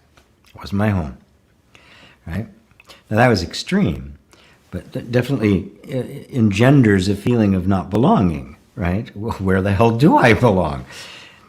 Now, isn't it interesting that we just don't accept that? There's something inherent inside of us that says, well, I do belong somewhere. And so there's a natural seeking of that. Well, where do you belong? Here, right inside of you. It's not a place out there. There's no place out there you will belong. Yes, you'll be compatible with some places, right? Some places you'll feel really in harmony with, right? And it'll be great. It may not be permanent, right? It could be for a little bit because you will change. The environment could change, all sorts of things. That favorite restaurant you used to go to is just so comfortable and they all knew you by name and it's under new management, right? And nobody works there anymore and they changed the menu and it's like, it's gone, right? It's vaporized. Little things like that. Major shifts, people just kind of dropping out of your life and like. Right? So first off, just start with it as a feeling with no meaning whatsoever. Just a feeling. This is the practice of inner reconciliation. You can then inquire into it, right, to see if the feeling itself has something to say to you. Right? Now that's very different than us trying to figure out what it means, right? If there is some kind of residual energy from the past that is manifesting in this moment as that feeling, the only place you're going to find that out is from the feeling. You can analyze it till the cows come home, and all you'll get is an analysis and a nice story, right? But if you want to know what's happening, ask the only one that knows, which is the end. Do you have anything to tell me? Okay. If you do, fine. If you don't, fine. Either way, I'm just fine with you being here. It's just this equanimity. I could tell you already feel it because you're one of my students for a while. I'm bringing you right back to where you know to be. Right? So just, so that sense of being a stranger in your own life is the sense of that original soul disconnect. Because you had to become a stranger. You became a fabrication of the nervous system to survive in the childhood environment. And there's many layers to it. So as we're moving more and more close to the reality of you, to the truth of your being, there's a lot of this stuff that's just going to come up, right? But again, just start with it. It's just a feeling. No story, right? If it has a story to tell you, let it tell the story. But don't make one up. Otherwise, it's just a feeling. And that may all be all that it is. Just a momentary, blurb, right? You're in a relationship with someone. One day you're just hopelessly in love with them, right? Maybe for a long time. And someday you get out, oh, God, I don't want to see him, right?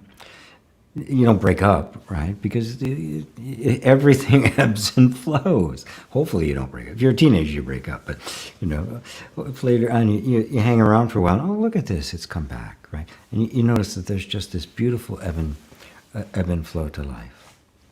Right.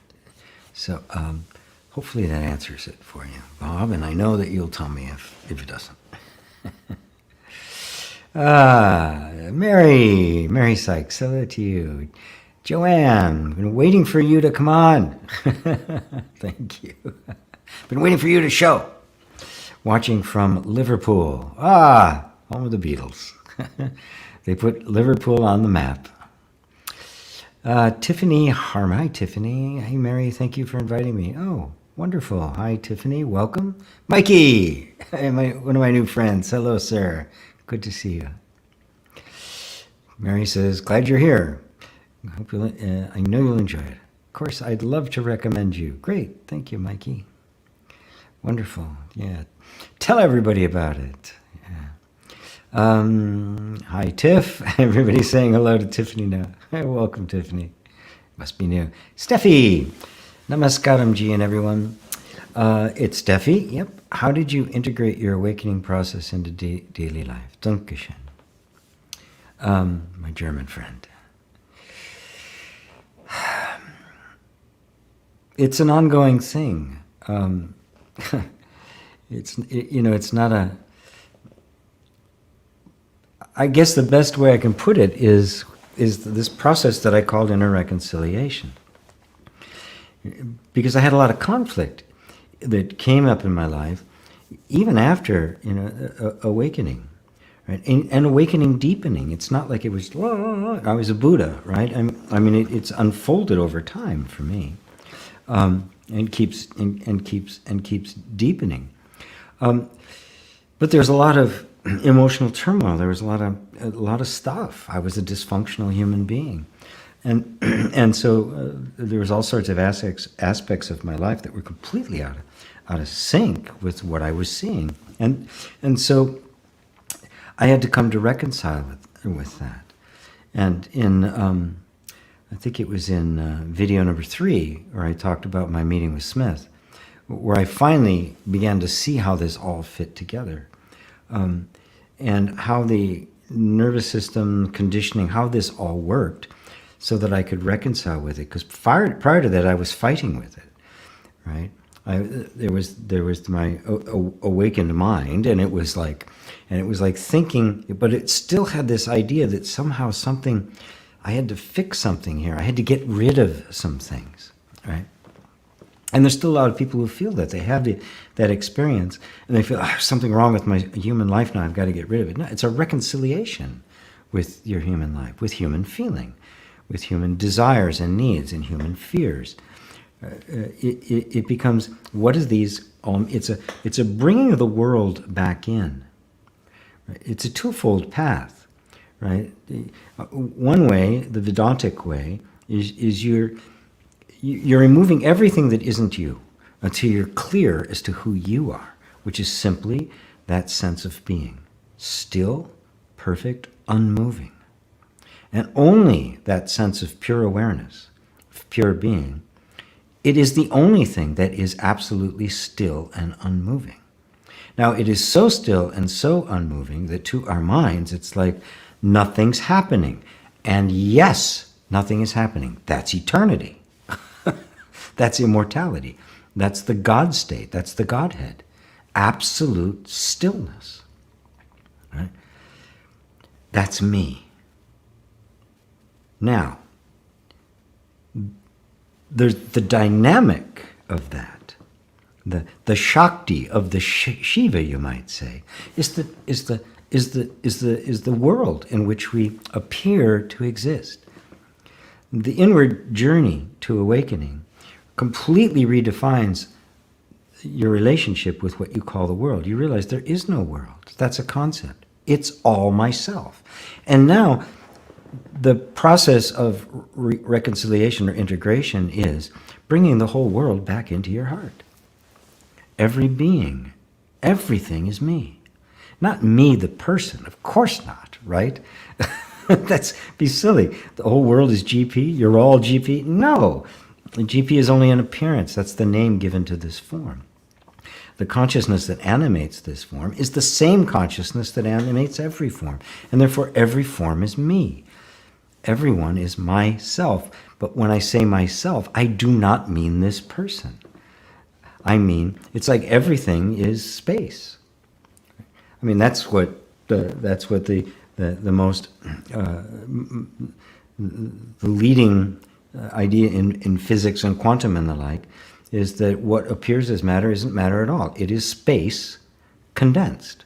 Now, that's impossible for our minds to grasp. Right? Because our mind needs objects, it needs things to work with. But there you find there are no objects, right? What's happening is simply consciousness condensing into form. And then what is the nature of form? Consciousness. And so consciousness is not this pure emptiness, is not nothingness. It is the characteristic that defines everything, right? So if anything that has existence, right, is being, isn't it? And what is the essence of being? You. I am. The I am reflects it in all things. So it becomes a very personal and very gentle reconciliation with your own, with the human nature. Right? Not that you become human, but you embrace the human as the very manifestation of the divine. And so the two become one. It is a complete reconciliation, a complete merging of the two. So there are no longer two. There's not a world and me. There's only myself. And not myself as a person or a body in a world, right? But I am the infinite beingness itself. Therefore, all is myself, the Brahman self, the Satchidananda, the great I am, the Buddha nature, which is the nature of all things. But you can't think of it in terms of a person. The inward path is when the person finally is dropped. I am not a person. I am pure consciousness. And then the outward, this is Vedanta. Then the outward path, which is called Tantra, right? That's the deeper meaning of Tantra, is the embracing of all form as myself. You might even refer to it as the enlightenment of the heart. That's how it's integrated.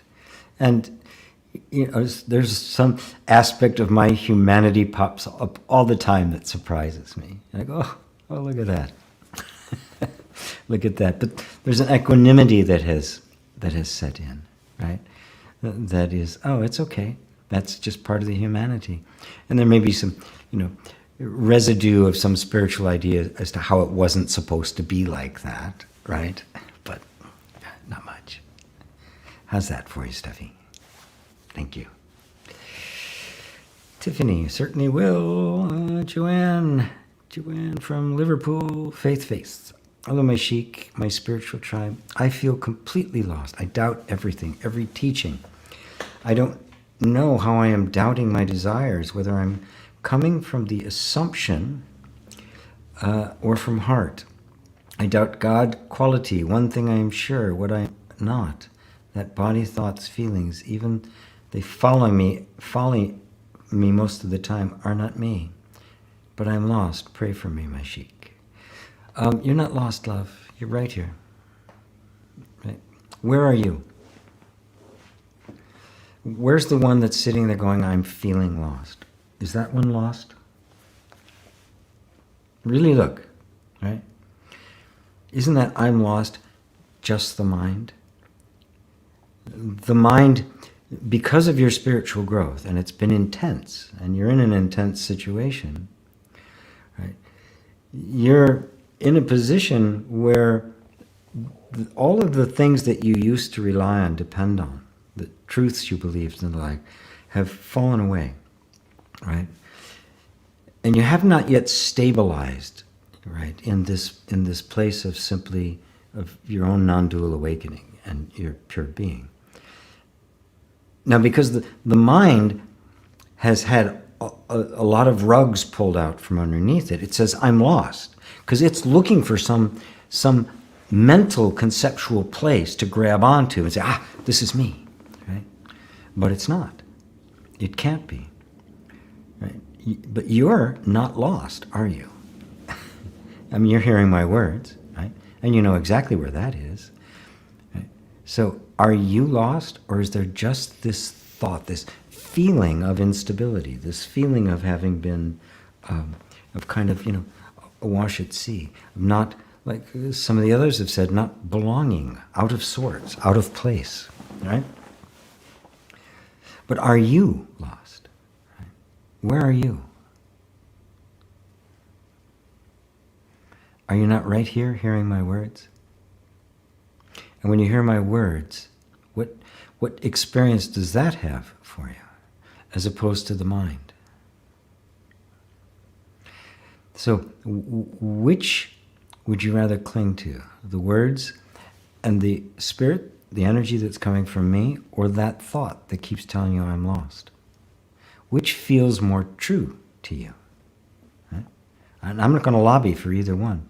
You tell me. Which one feels more you? And who is it that's making that decision? Who's discerning between that? Who's experiencing me speaking and this feeling of being lost? Is there not something common to both? And isn't that you? So are you truly lost? Or simply, the mind doesn't really have any place to stand right now. It's a little confused. It feels awkward, right? It showed up to a formal party in a bathing suit thinking it was a pool party. And it's feeling a little bit, a little self-conscious, right? That's what happens, right? You feel a little bit out of sorts. But that's just a temporary transitional phase of the mind. It will eventually calm down. So, Faith, love you so much. And of course I pray for you. Tiffany says, hi to Jonas, Facebook user. Hello, everyone. My boyfriend looks a lot at other girls. Even when I'm with him, he turns his head to see them. This makes me feel bad about myself. Is it all my problem how negative I feel about this? Also the jealousy and everything. Well, no. Again, I like to point out, I did men's work, a lot of it. I organized a men's group, and ran it for several years. So I have some authority when it comes to this kind of thing. And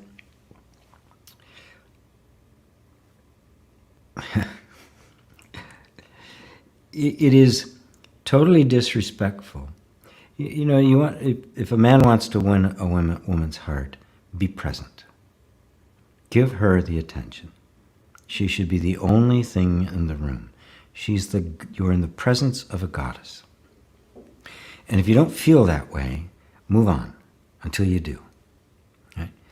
And if you go through a lot and you still don't feel that way, that means you're off in your perception of women and what to expect and what a goddess is and what you need. It becomes you. So when I see men checking out other women, it's because they don't know themselves. They don't know what they're doing, right? Now, there's a certain natural impulse in men that's very primitive, right? And so some of that could happen, right, if they're not conscious, right? If there's a lot, it means there's a dissatisfaction there, but that has nothing to do with you, right? Now, if you were completely confident in yourself, completely at home in your own body, recognize that it is the energy of the goddess manifested in the female body, that you are the goddess, period, end of story. That's the truth, right?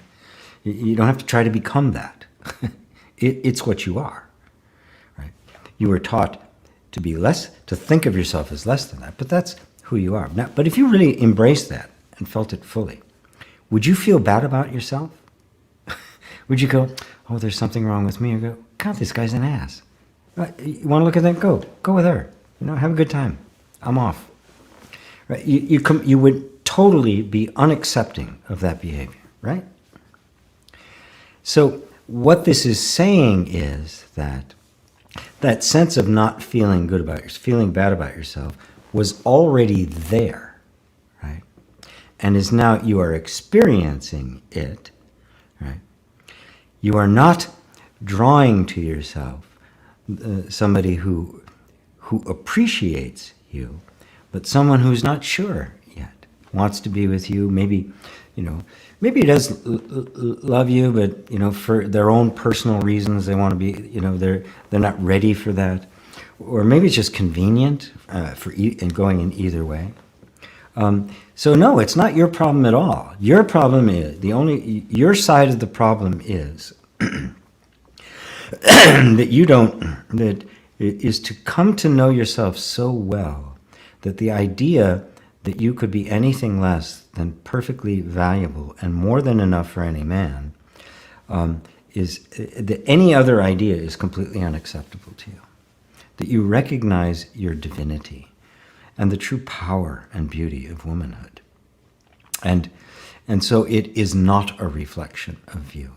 And of course, the more you do that, the more the world is going to reflect that back to you with that kind of attention. And it's very natural to feel that sense of jealousy, but the jealousy is again coming from a place of my own inadequacy, and that's what has to be dealt with first. Rediscovering your true value, your inherent value. And discarding all the ideas that say anything else about you, right? His side of the equation is to grow up,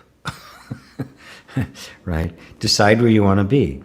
Either be with somebody who absorbs your attention so much, all you want is to give them your attention. There isn't any, nobody else in the world exists, right then. Or move on, right? Because it's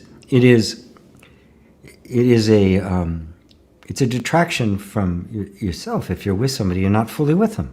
That's not satisfying for anybody, right? If you're with them, be with them, right? Even if it's just a date and all you're doing is having fun together. It's not the permanent relationship. When you're with them, be with them fully, 100%. Right? And then that moment has all the preciousness and all the intimacy and all the beauty that it can. And it may go further. It may end up in a permanent relationship. That may be the last time, right? But, as a man, my job is to show up completely present. If I've decided I want to spend some of my precious time with this woman, she is going to get 100% of me while I'm there. And if it goes further, wonderful. If it doesn't, wonderful. If she feels the same way about me, great. If she doesn't, well, also great. It may hurt, may not. But her not, right, is not a reflection of me. And him not is not a reflection of you. But we all have to get to that point where we feel our own value. And that comes from the kind of self-inquiry that recognizes your true nature, right? And the beautiful interrelationship between your true nature as pure consciousness and the particular human form you are experiencing in this moment. And then this moment becomes the most important moment there is. And if I'm totally present in this moment, I am not distracted. There isn't anybody else. I am right here. Like right now, I'm not thinking about anything. I'm thinking about you and only you. My attention 100% is given to here. When this is over, it'll go somewhere else, right? But I'm not thinking about anything else. I'm not, oh, gee, I wonder what's going on over there. Oh, look at the, oh yeah, what's up with you? What's happening? Did you say something? I'm not doing that. I'm here. I'm 100% present. Every question I get, this is sacred. This is, right? Somebody's heart is here, right? like yours, right? So, hopefully that's enough for you to go on. There's nothing that hurts me more as someone who has learned what it means to actually be a man, how horribly, I don't know what the words to put it in, demeaned women have been. The women I know, they don't get what they are. They do not get the incredible divinity that is woman. Okay. Thank you, Facebook user. Hopefully that was helpful. There's Patricia. Hello, Patricia. Great to have you back with us, G. Good to be here. Here's Abla El Asari. Oh, man. I hope I didn't mess up your name. I probably did. But anyway, hello from Nottingham, England. Good to see you. Memento Mori. These are all new folks. I'm seeing some new folks. So please subscribe. The people I work with keep nudging me. Hey, tell them, remind them to subscribe. And so I am. Jill, hello, Jill in Santa Cruz. Memento, you have a burning question. Great. Oops, sorry, I didn't mean to put it up there. What is witnessing the body, and what is witnessing the witness of the body? What is that? Good, and I'm glad it's burning for you. I'm very happy that it's burning for you, because it's an important question, and it's an advanced question, for sure. Right? Step one, what is witnessing the body? Right? Well, what does it mean to be witnessing the body? Well, as a process, as a function, notice you're doing it all the time, right? You have thoughts, you have emotions, and you have sensations, all of which are within the body. Even the sensations we get from the outside world, whether it be light or sound or taste, right, are experienced as sensation right here. So this determines the entire range of our experience. Right? Now, just notice that sensation is there, but if there wasn't anything there that was conscious of that sensation, there wouldn't be a sensation. It requires a witnessing presence. This is what we call consciousness. Right? Now, from your own direct experience, right? Nothing theoretical, nothing non-dual, just look for yourself. Right? Who is witnessing the sensations? Is that not you? Right? I mean, is there somebody else in there witnessing? Right? No, it's you. It's you who feels the emotion. It's you who has the sensation. It's you who sees the thought, right? All of it is appearing to you. And you are the same no matter what the experience is, whether it appears as thought, emotion, or sensation, which are really just different vibrational frequencies of one continuous experience. And yet you Are you different when you experience, touch or smell from when you experience an emotion, like happiness or fear? Or you're hearing a bunch of thoughts in your head? Is the you that is aware, conscious of them, any different between any of those? So that's you, right? And you are witnessing, right? But now, and this is very, very subtle, and actually, that first part is the most important. You don't even have to get the second part, right? It'll come in time. Right? You are aware of the fact that you are witnessing that, right? It's so subtle, but the entire process of perceiving itself is being watched, is being experienced. I mean, I can articulate witnessing, can't I? It's very subtle. I mean, it's really hard to articulate, but I can refer to there is an awareness of all the various things I'm experiencing. That is, I am aware of being aware. That is awareness, aware of itself, which means the I, the you, that is aware of all those sensations is awareness. You are consciousness. Consciousness, aware of itself, is what we would call witnessing. But you know you're witnessing. Right? Well, what knows? Something is aware of that. Awareness, aware of itself. There can't be two awarenesses. Something here that's aware of the awareness, aware of being aware. Right? This is where you run out of words because it's non-dual, right? You speak of it in terms of awareness and yourself. I'm going, they're not two. You are awareness. Awareness is the I. Consciousness is the self. That's Brahman. That's Shiva. That's the I am. That's Buddha nature.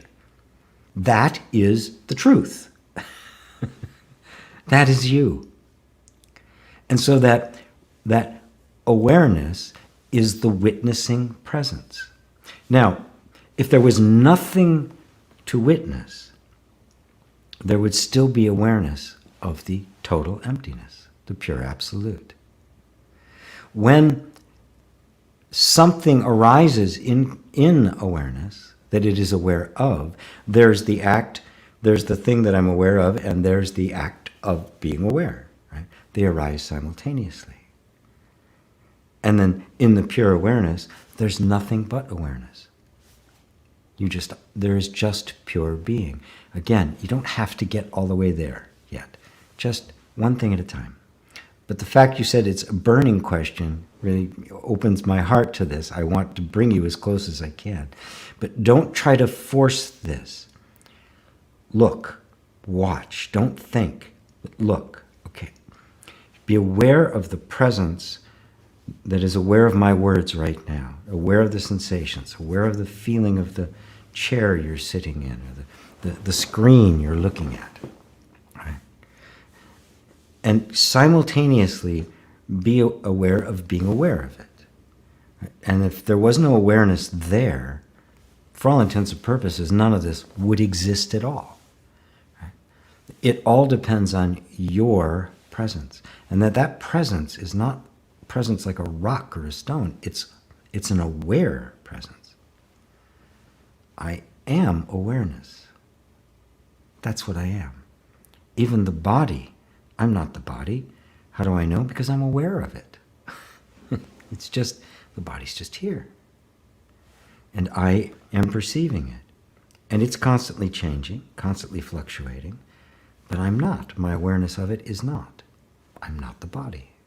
Oh, okay. Then what am I? Well, at that point, I must be awareness.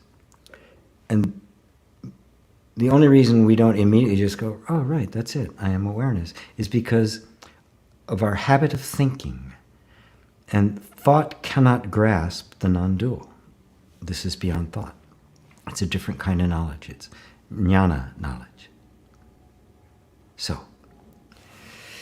I'm going to leave it with that, because there's a big long list of things, and I'm not going to be able to. I'm not going to be able to get to them all. So hopefully that helps you. Memento mori, and thank you for that. There's Hendrik saying hi from Germany. Dale. Hi, Christy. Hello. Looking sharp. Well, thank you. Yeah, looking sharp. Well, it's just sharp. We're Jets. Sue said she missed me last Sunday. I missed you guys too. Jay says hello, Tiffany. Tiffany, you're probably familiar with this topic already. Have a great time here. She's open all questions about true self. No restrictions. LOL. Blue backflip. Blue icon of somebody doing a backflip. I was when in high school. I was on the gymnastics team. Yeah, did backflips. I was the worst guy on the team, though. It's hard to be gymnastics when you're stoned all the time. Let's see. IGP, when seeing through the identification with the body and conditioning, what is the best way to deal with the strong sense of localization in the body? Don't try to deal with it as if it is a problem. Recognize it's just a pattern. It's a habit of thought and feeling. That's all it is.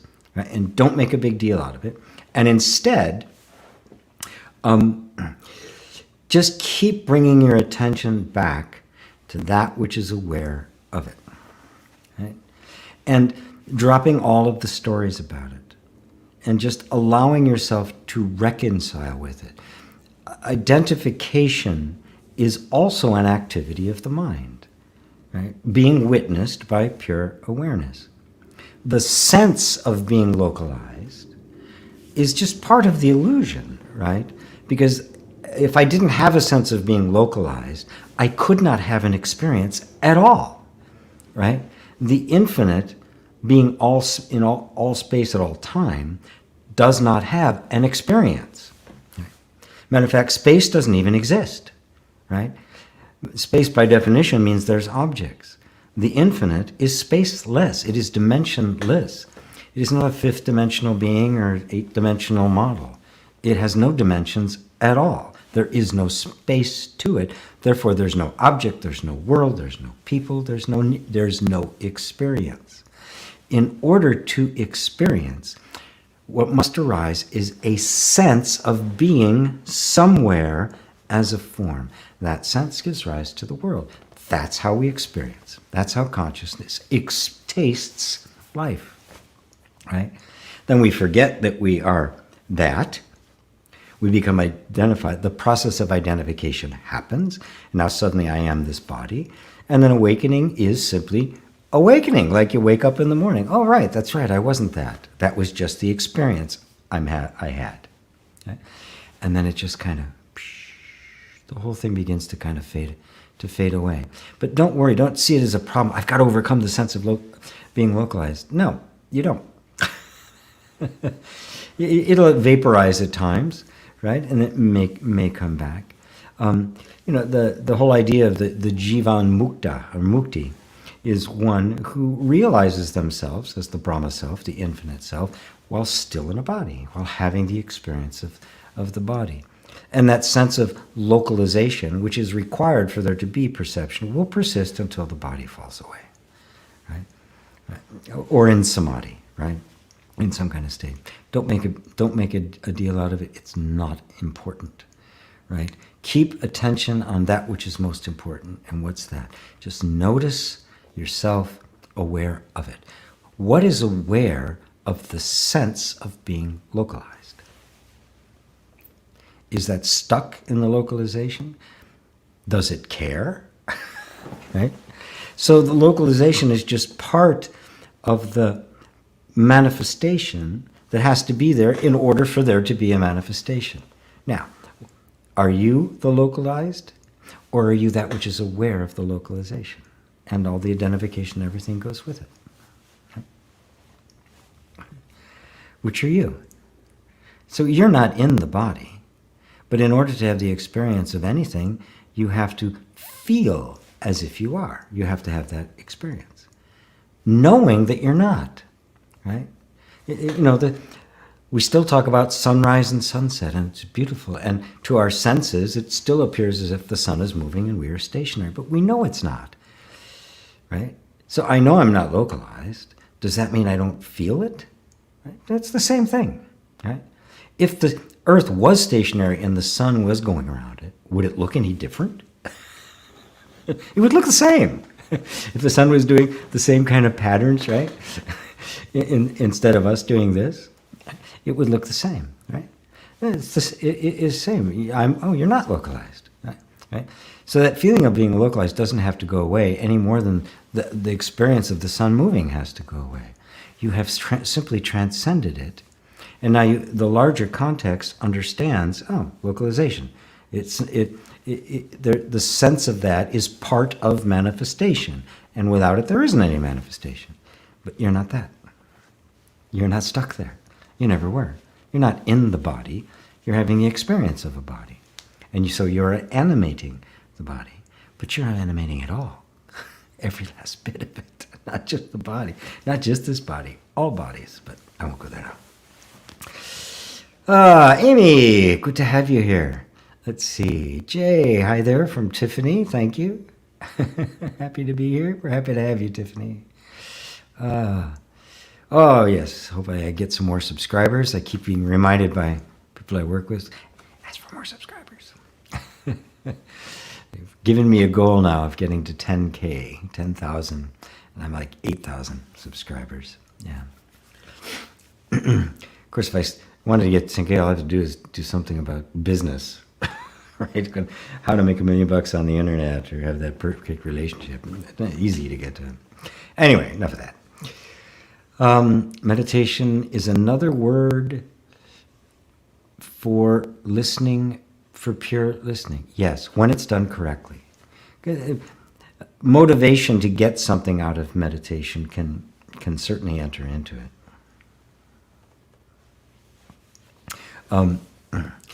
But I'm just reading some other questions there at the same time to see if I can combine them all together. Let's see if I can here. Jay says, it's great to see how many are on this path, unique true purpose of all. Hey GP, question, why is there a need for self-inquiry when you can't find yourself? I mean, it seems counterproductive, intuitive. The Memento says, Daniel Bursch, self-inquiry is stupid. You are right there. Well, okay. The end result of self-inquiry is to realize that self-inquiry itself was a concept, right? But do you really know that? Right? If you have the concept that you're not going to find yourself, then you need to do the self-inquiry till it's clear that you are that. And at that point, there is no more self-inquiry. And there never was a need for it because the one that awakens was never asleep in the first place. If you understand that, and I mean really understand that, in your body and soul, then self-inquiry is no longer needed. Right? But unless that's the case, it is not only not stupid, it is the only thing worth doing. It is the only way out of the perplexity of this illusion, this maya of life as a body. It's the only way out to question, am I the body? And then noticing how your whole life has been based on the assumption that you are. All your thoughts, your feelings, your actions, your friends, your career, your spouse, they're all based on the idea I am the body. Now if that is never questioned, you say, self-inquiry, it's stupid because there's nobody there anyway, you're deceiving yourself, right? Self-inquiry is absolutely necessary until it isn't. That's the only way I can put it. It's absolutely necessary until it isn't, right? There's some people who have gotten so good at playing music, they don't need to practice anymore, right? They just don't. They don't have to do it. It just happens so automatically that they don't practice anymore. But most do. That's actually rare because most love playing so much that they just play and they learn something new. There's always something new to discover. Now, self-inquiry is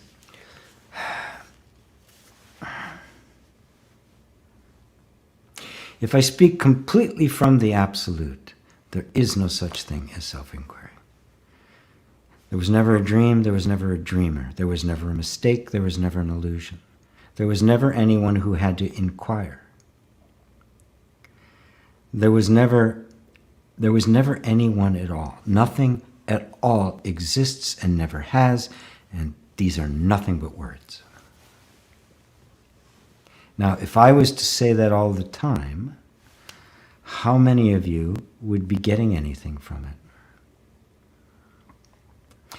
As a concession, as a bodhisattva concession to the dream and the dreamer, I go all the way back to the beginning and I talk about all sorts of things.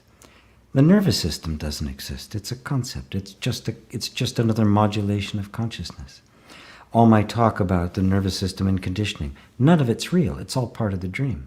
Inner reconciliation, meditation, the meditator, YouTube, Satsang, are all part of the dream. None of them are real.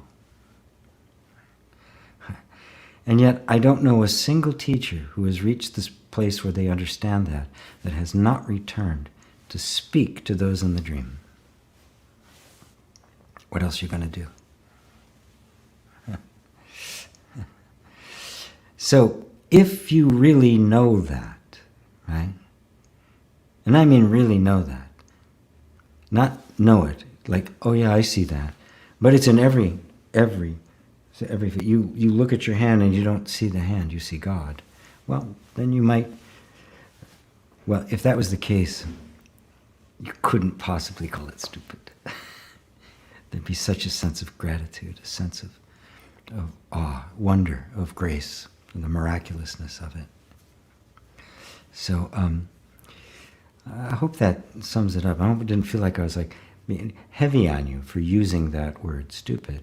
But it's, for me, it's a huge distinction, because there are many teachers out there that will just do that. They just run to the absolute, say there's nobody here, there's nothing to do, there's no need for inquiry, there's no teacher, there's no teaching. Papaji would say there's no teacher and no teaching, and then what did he do? Satsang every day. Right? Krishnamurti said there's no need for a teacher, and what did he do? Spent 50 years teaching. Right? But to try to point you back to yourself, point attention back to itself.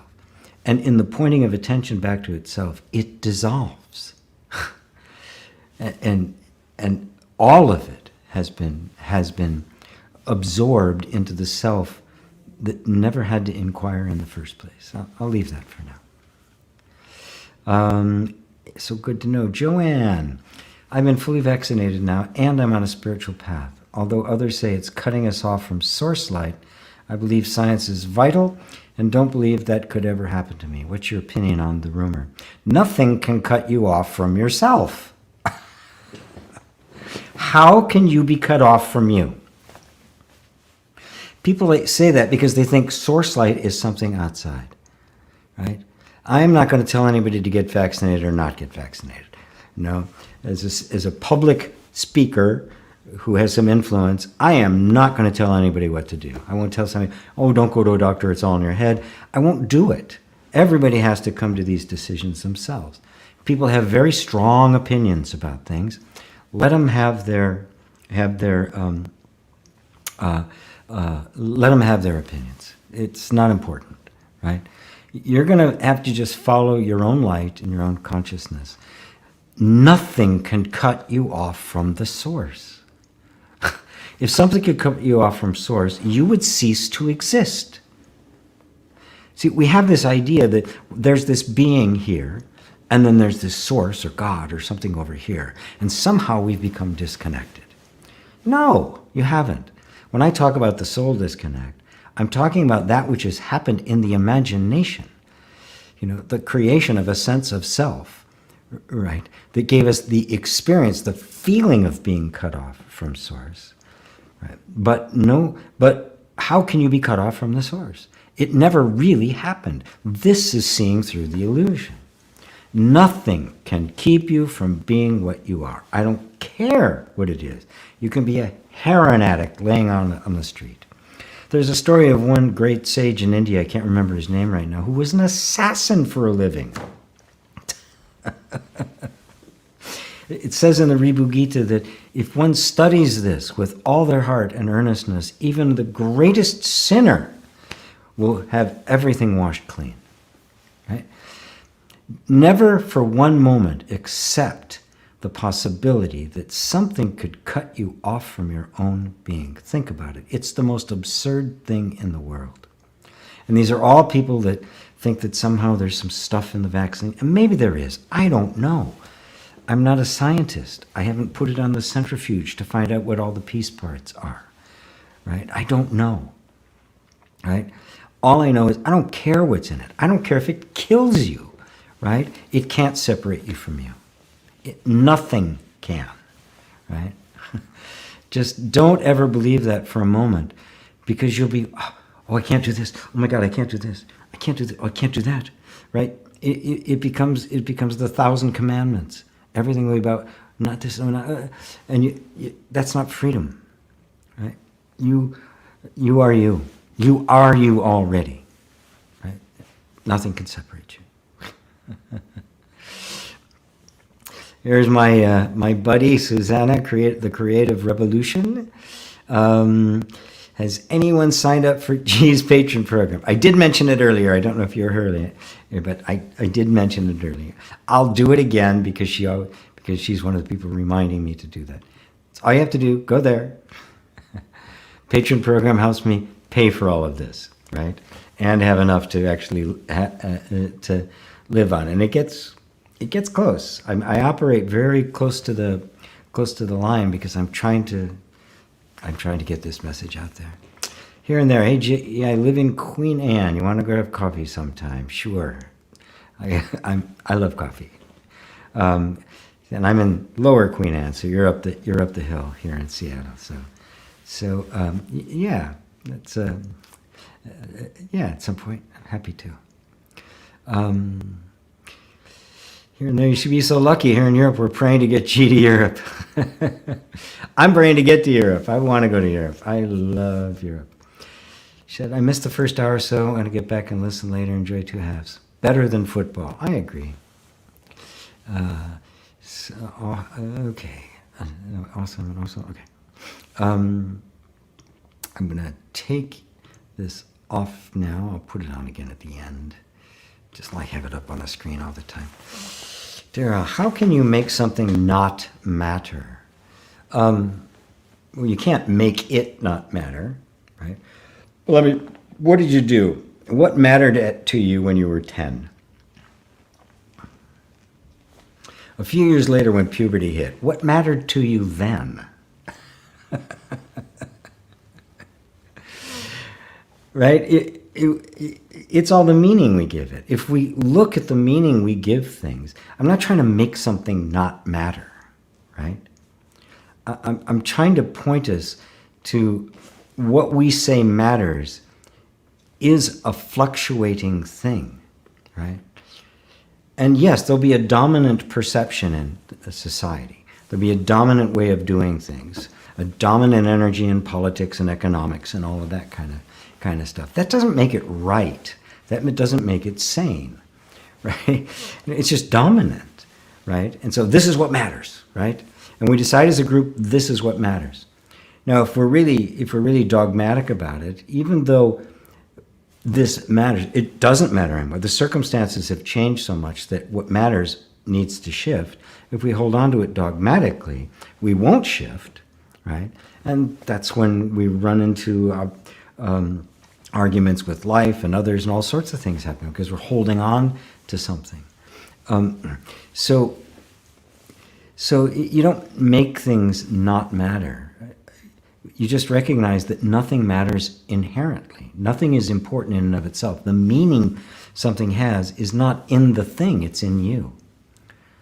It's two people can look at the same thing, and for one it's like, oh, this is amazing. The other it's like, yeah, and they're off somewhere else. No interest whatsoever. So it's not in the thing, right?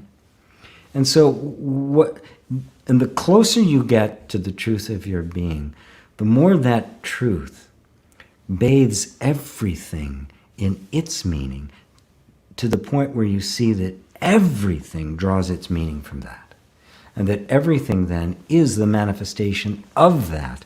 And now you find the true meaning and the true identity of all things. And that's the bliss of being. That is Ananda. So thanks, Daryl. Don't go making things not matter. Just find out who you are. Oh, let's see. You have us as family now, G, whether you like it or not. Daryl says, if it matters to you, then it matters. Yes, right? To you, right? Which would be fine, right?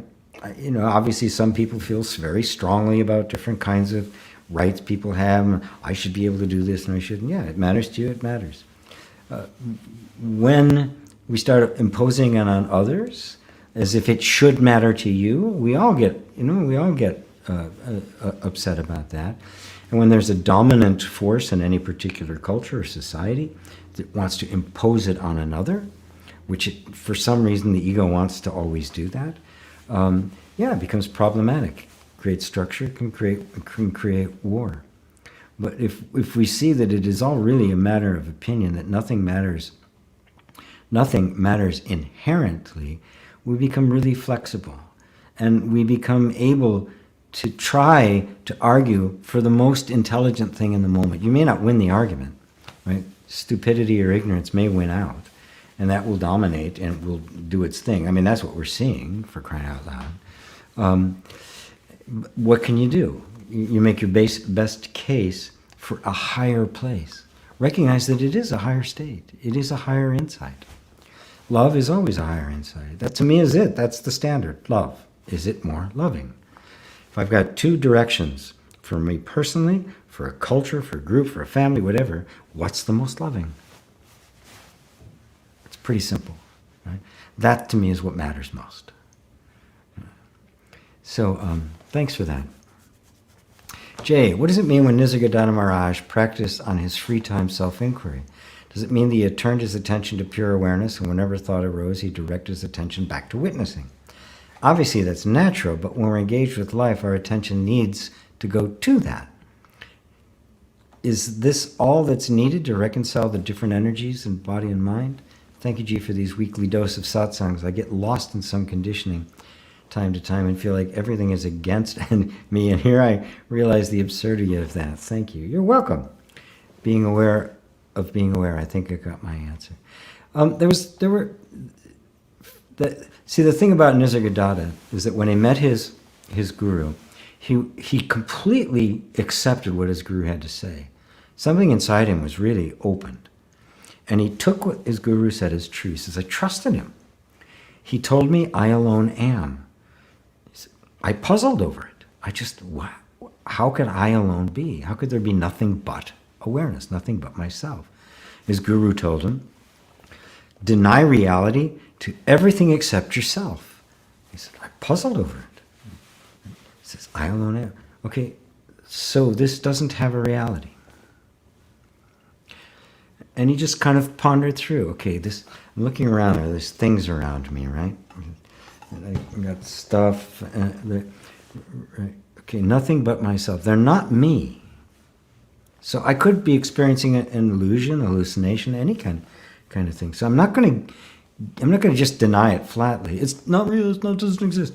Okay, I doubt, just a nice doubt. Okay, I'm experiencing it, but that doesn't make it real. We've all had illusions. We've all had delusions. We've all really believed something was true and then realized it wasn't. We know what that's like. So we become aware of the fact that I really can't trust my perceptions. And he also told him to keep his attention on the I am. Well, why? Well, because I know I am, right? Everything I'm experiencing could be a total hallucination, right? And I could be so involved in it, I could be so enmeshed in it that I don't know it's a hallucination, like a dream at night, or I could be crazy, right? But no matter how crazy, if it is all hallucination, something is here that is having that hallucination, which would be me. So I can dismiss any thoughts about me, but I cannot dismiss me. So my attention goes back to that sense of I am as the truth. It's not like a practice. Okay, I am. Oh, there's the I am. I'm being with the I am, waiting for something to happen. It is an inquiry. It is a puzzling. It is a contemplation. It's very active, right? What he was talking about. Meditation is different. Part of it, right? And he talks a lot about meditation as well. But in this, this is the inquiry. It's like, okay, I am. Right? And then you'll notice how thought always wants to identify with some form or make some experience I have an objective reality that exists independently of me. But I don't know if that's true. Right? Oh, my guru said, don't give reality, give reality to nothing other than yourself. Okay, so I'm going to deny reality to that. It's an experience I'm having, obviously, but it's an experience. Is it real? That is, does it exist independently of me? Don't know. What do I know? I am. I don't exist independently of me. My sense of existence, myself, we're one. I cannot associate that with anything else. This brings you one-pointedly, single focus, just on that sense of being, right? And then that process of naturally, nothing else matters. And he was so sincere and so dedicated to it that he gave all his spare time to that, right? And became one of the greatest sages of all time. Now, just like you, he had kids, he had a wife, he had a business, right? His little shops around that he had to do stuff for, which was a lot of attention. I remember being in India, going to the chai shop where they opened at 8 o'clock in the morning, and 10 o'clock at night he was still there doing his thing. And it was a little business like that, right? In Mumbai. It wasn't like, he was running a corporation or something. It was a little kiosk where he made hand-rolled cigarettes and sold them, right? So he was probably there from 8 in the morning till 10 at night, right? And closing all up and doing the books and stuff. Yet there were times where he would just get by himself and he would do the inquiry. So yeah, when you're doing stuff, you got to do it. I'm not doing the inquiry now. I'm with you, right? I'm present. This is my job right now. So I'm doing my job, and my attention is there. My attention is on you. My attention is on the questions, right? So I hope that answers it. It isn't just like a practice. Okay, focus on the I am. Focus on the I am. It's an active inquiry. It is Vedantic, right? It is an active inquiring, right? So that you are truly contemplating this, right? And noticing how, in our minds, we have assumed that my experience of a world is a reality that exists independently of me. And his guru says, don't give that reality. Whoa. Okay, I'm saying the same thing to you. Don't give it reality. Right? You have to discover for yourself, is it real? How would I know if it's real? Well, I have to know what's real before I can designate anything as being real. I have to find me, the reality of me. Then I can determine everything else. So I'm just setting it all aside. Then you find out it isn't. It doesn't have any existence separate from you. The consciousness that is perceiving it is also the consciousness that made it. And it is made of consciousness. Now, let that go for now. Made a K, whoop whoop. I think I did, didn't I? Or did I just, I thought it was about that. I think maybe I did. Anyway. Your next course, How to Have a Successful Relationship. I can give hints, and I hate to guarantee things like that. It's just such treacherous territory. It takes a lot of love, a lot of compassion, a lot of patience.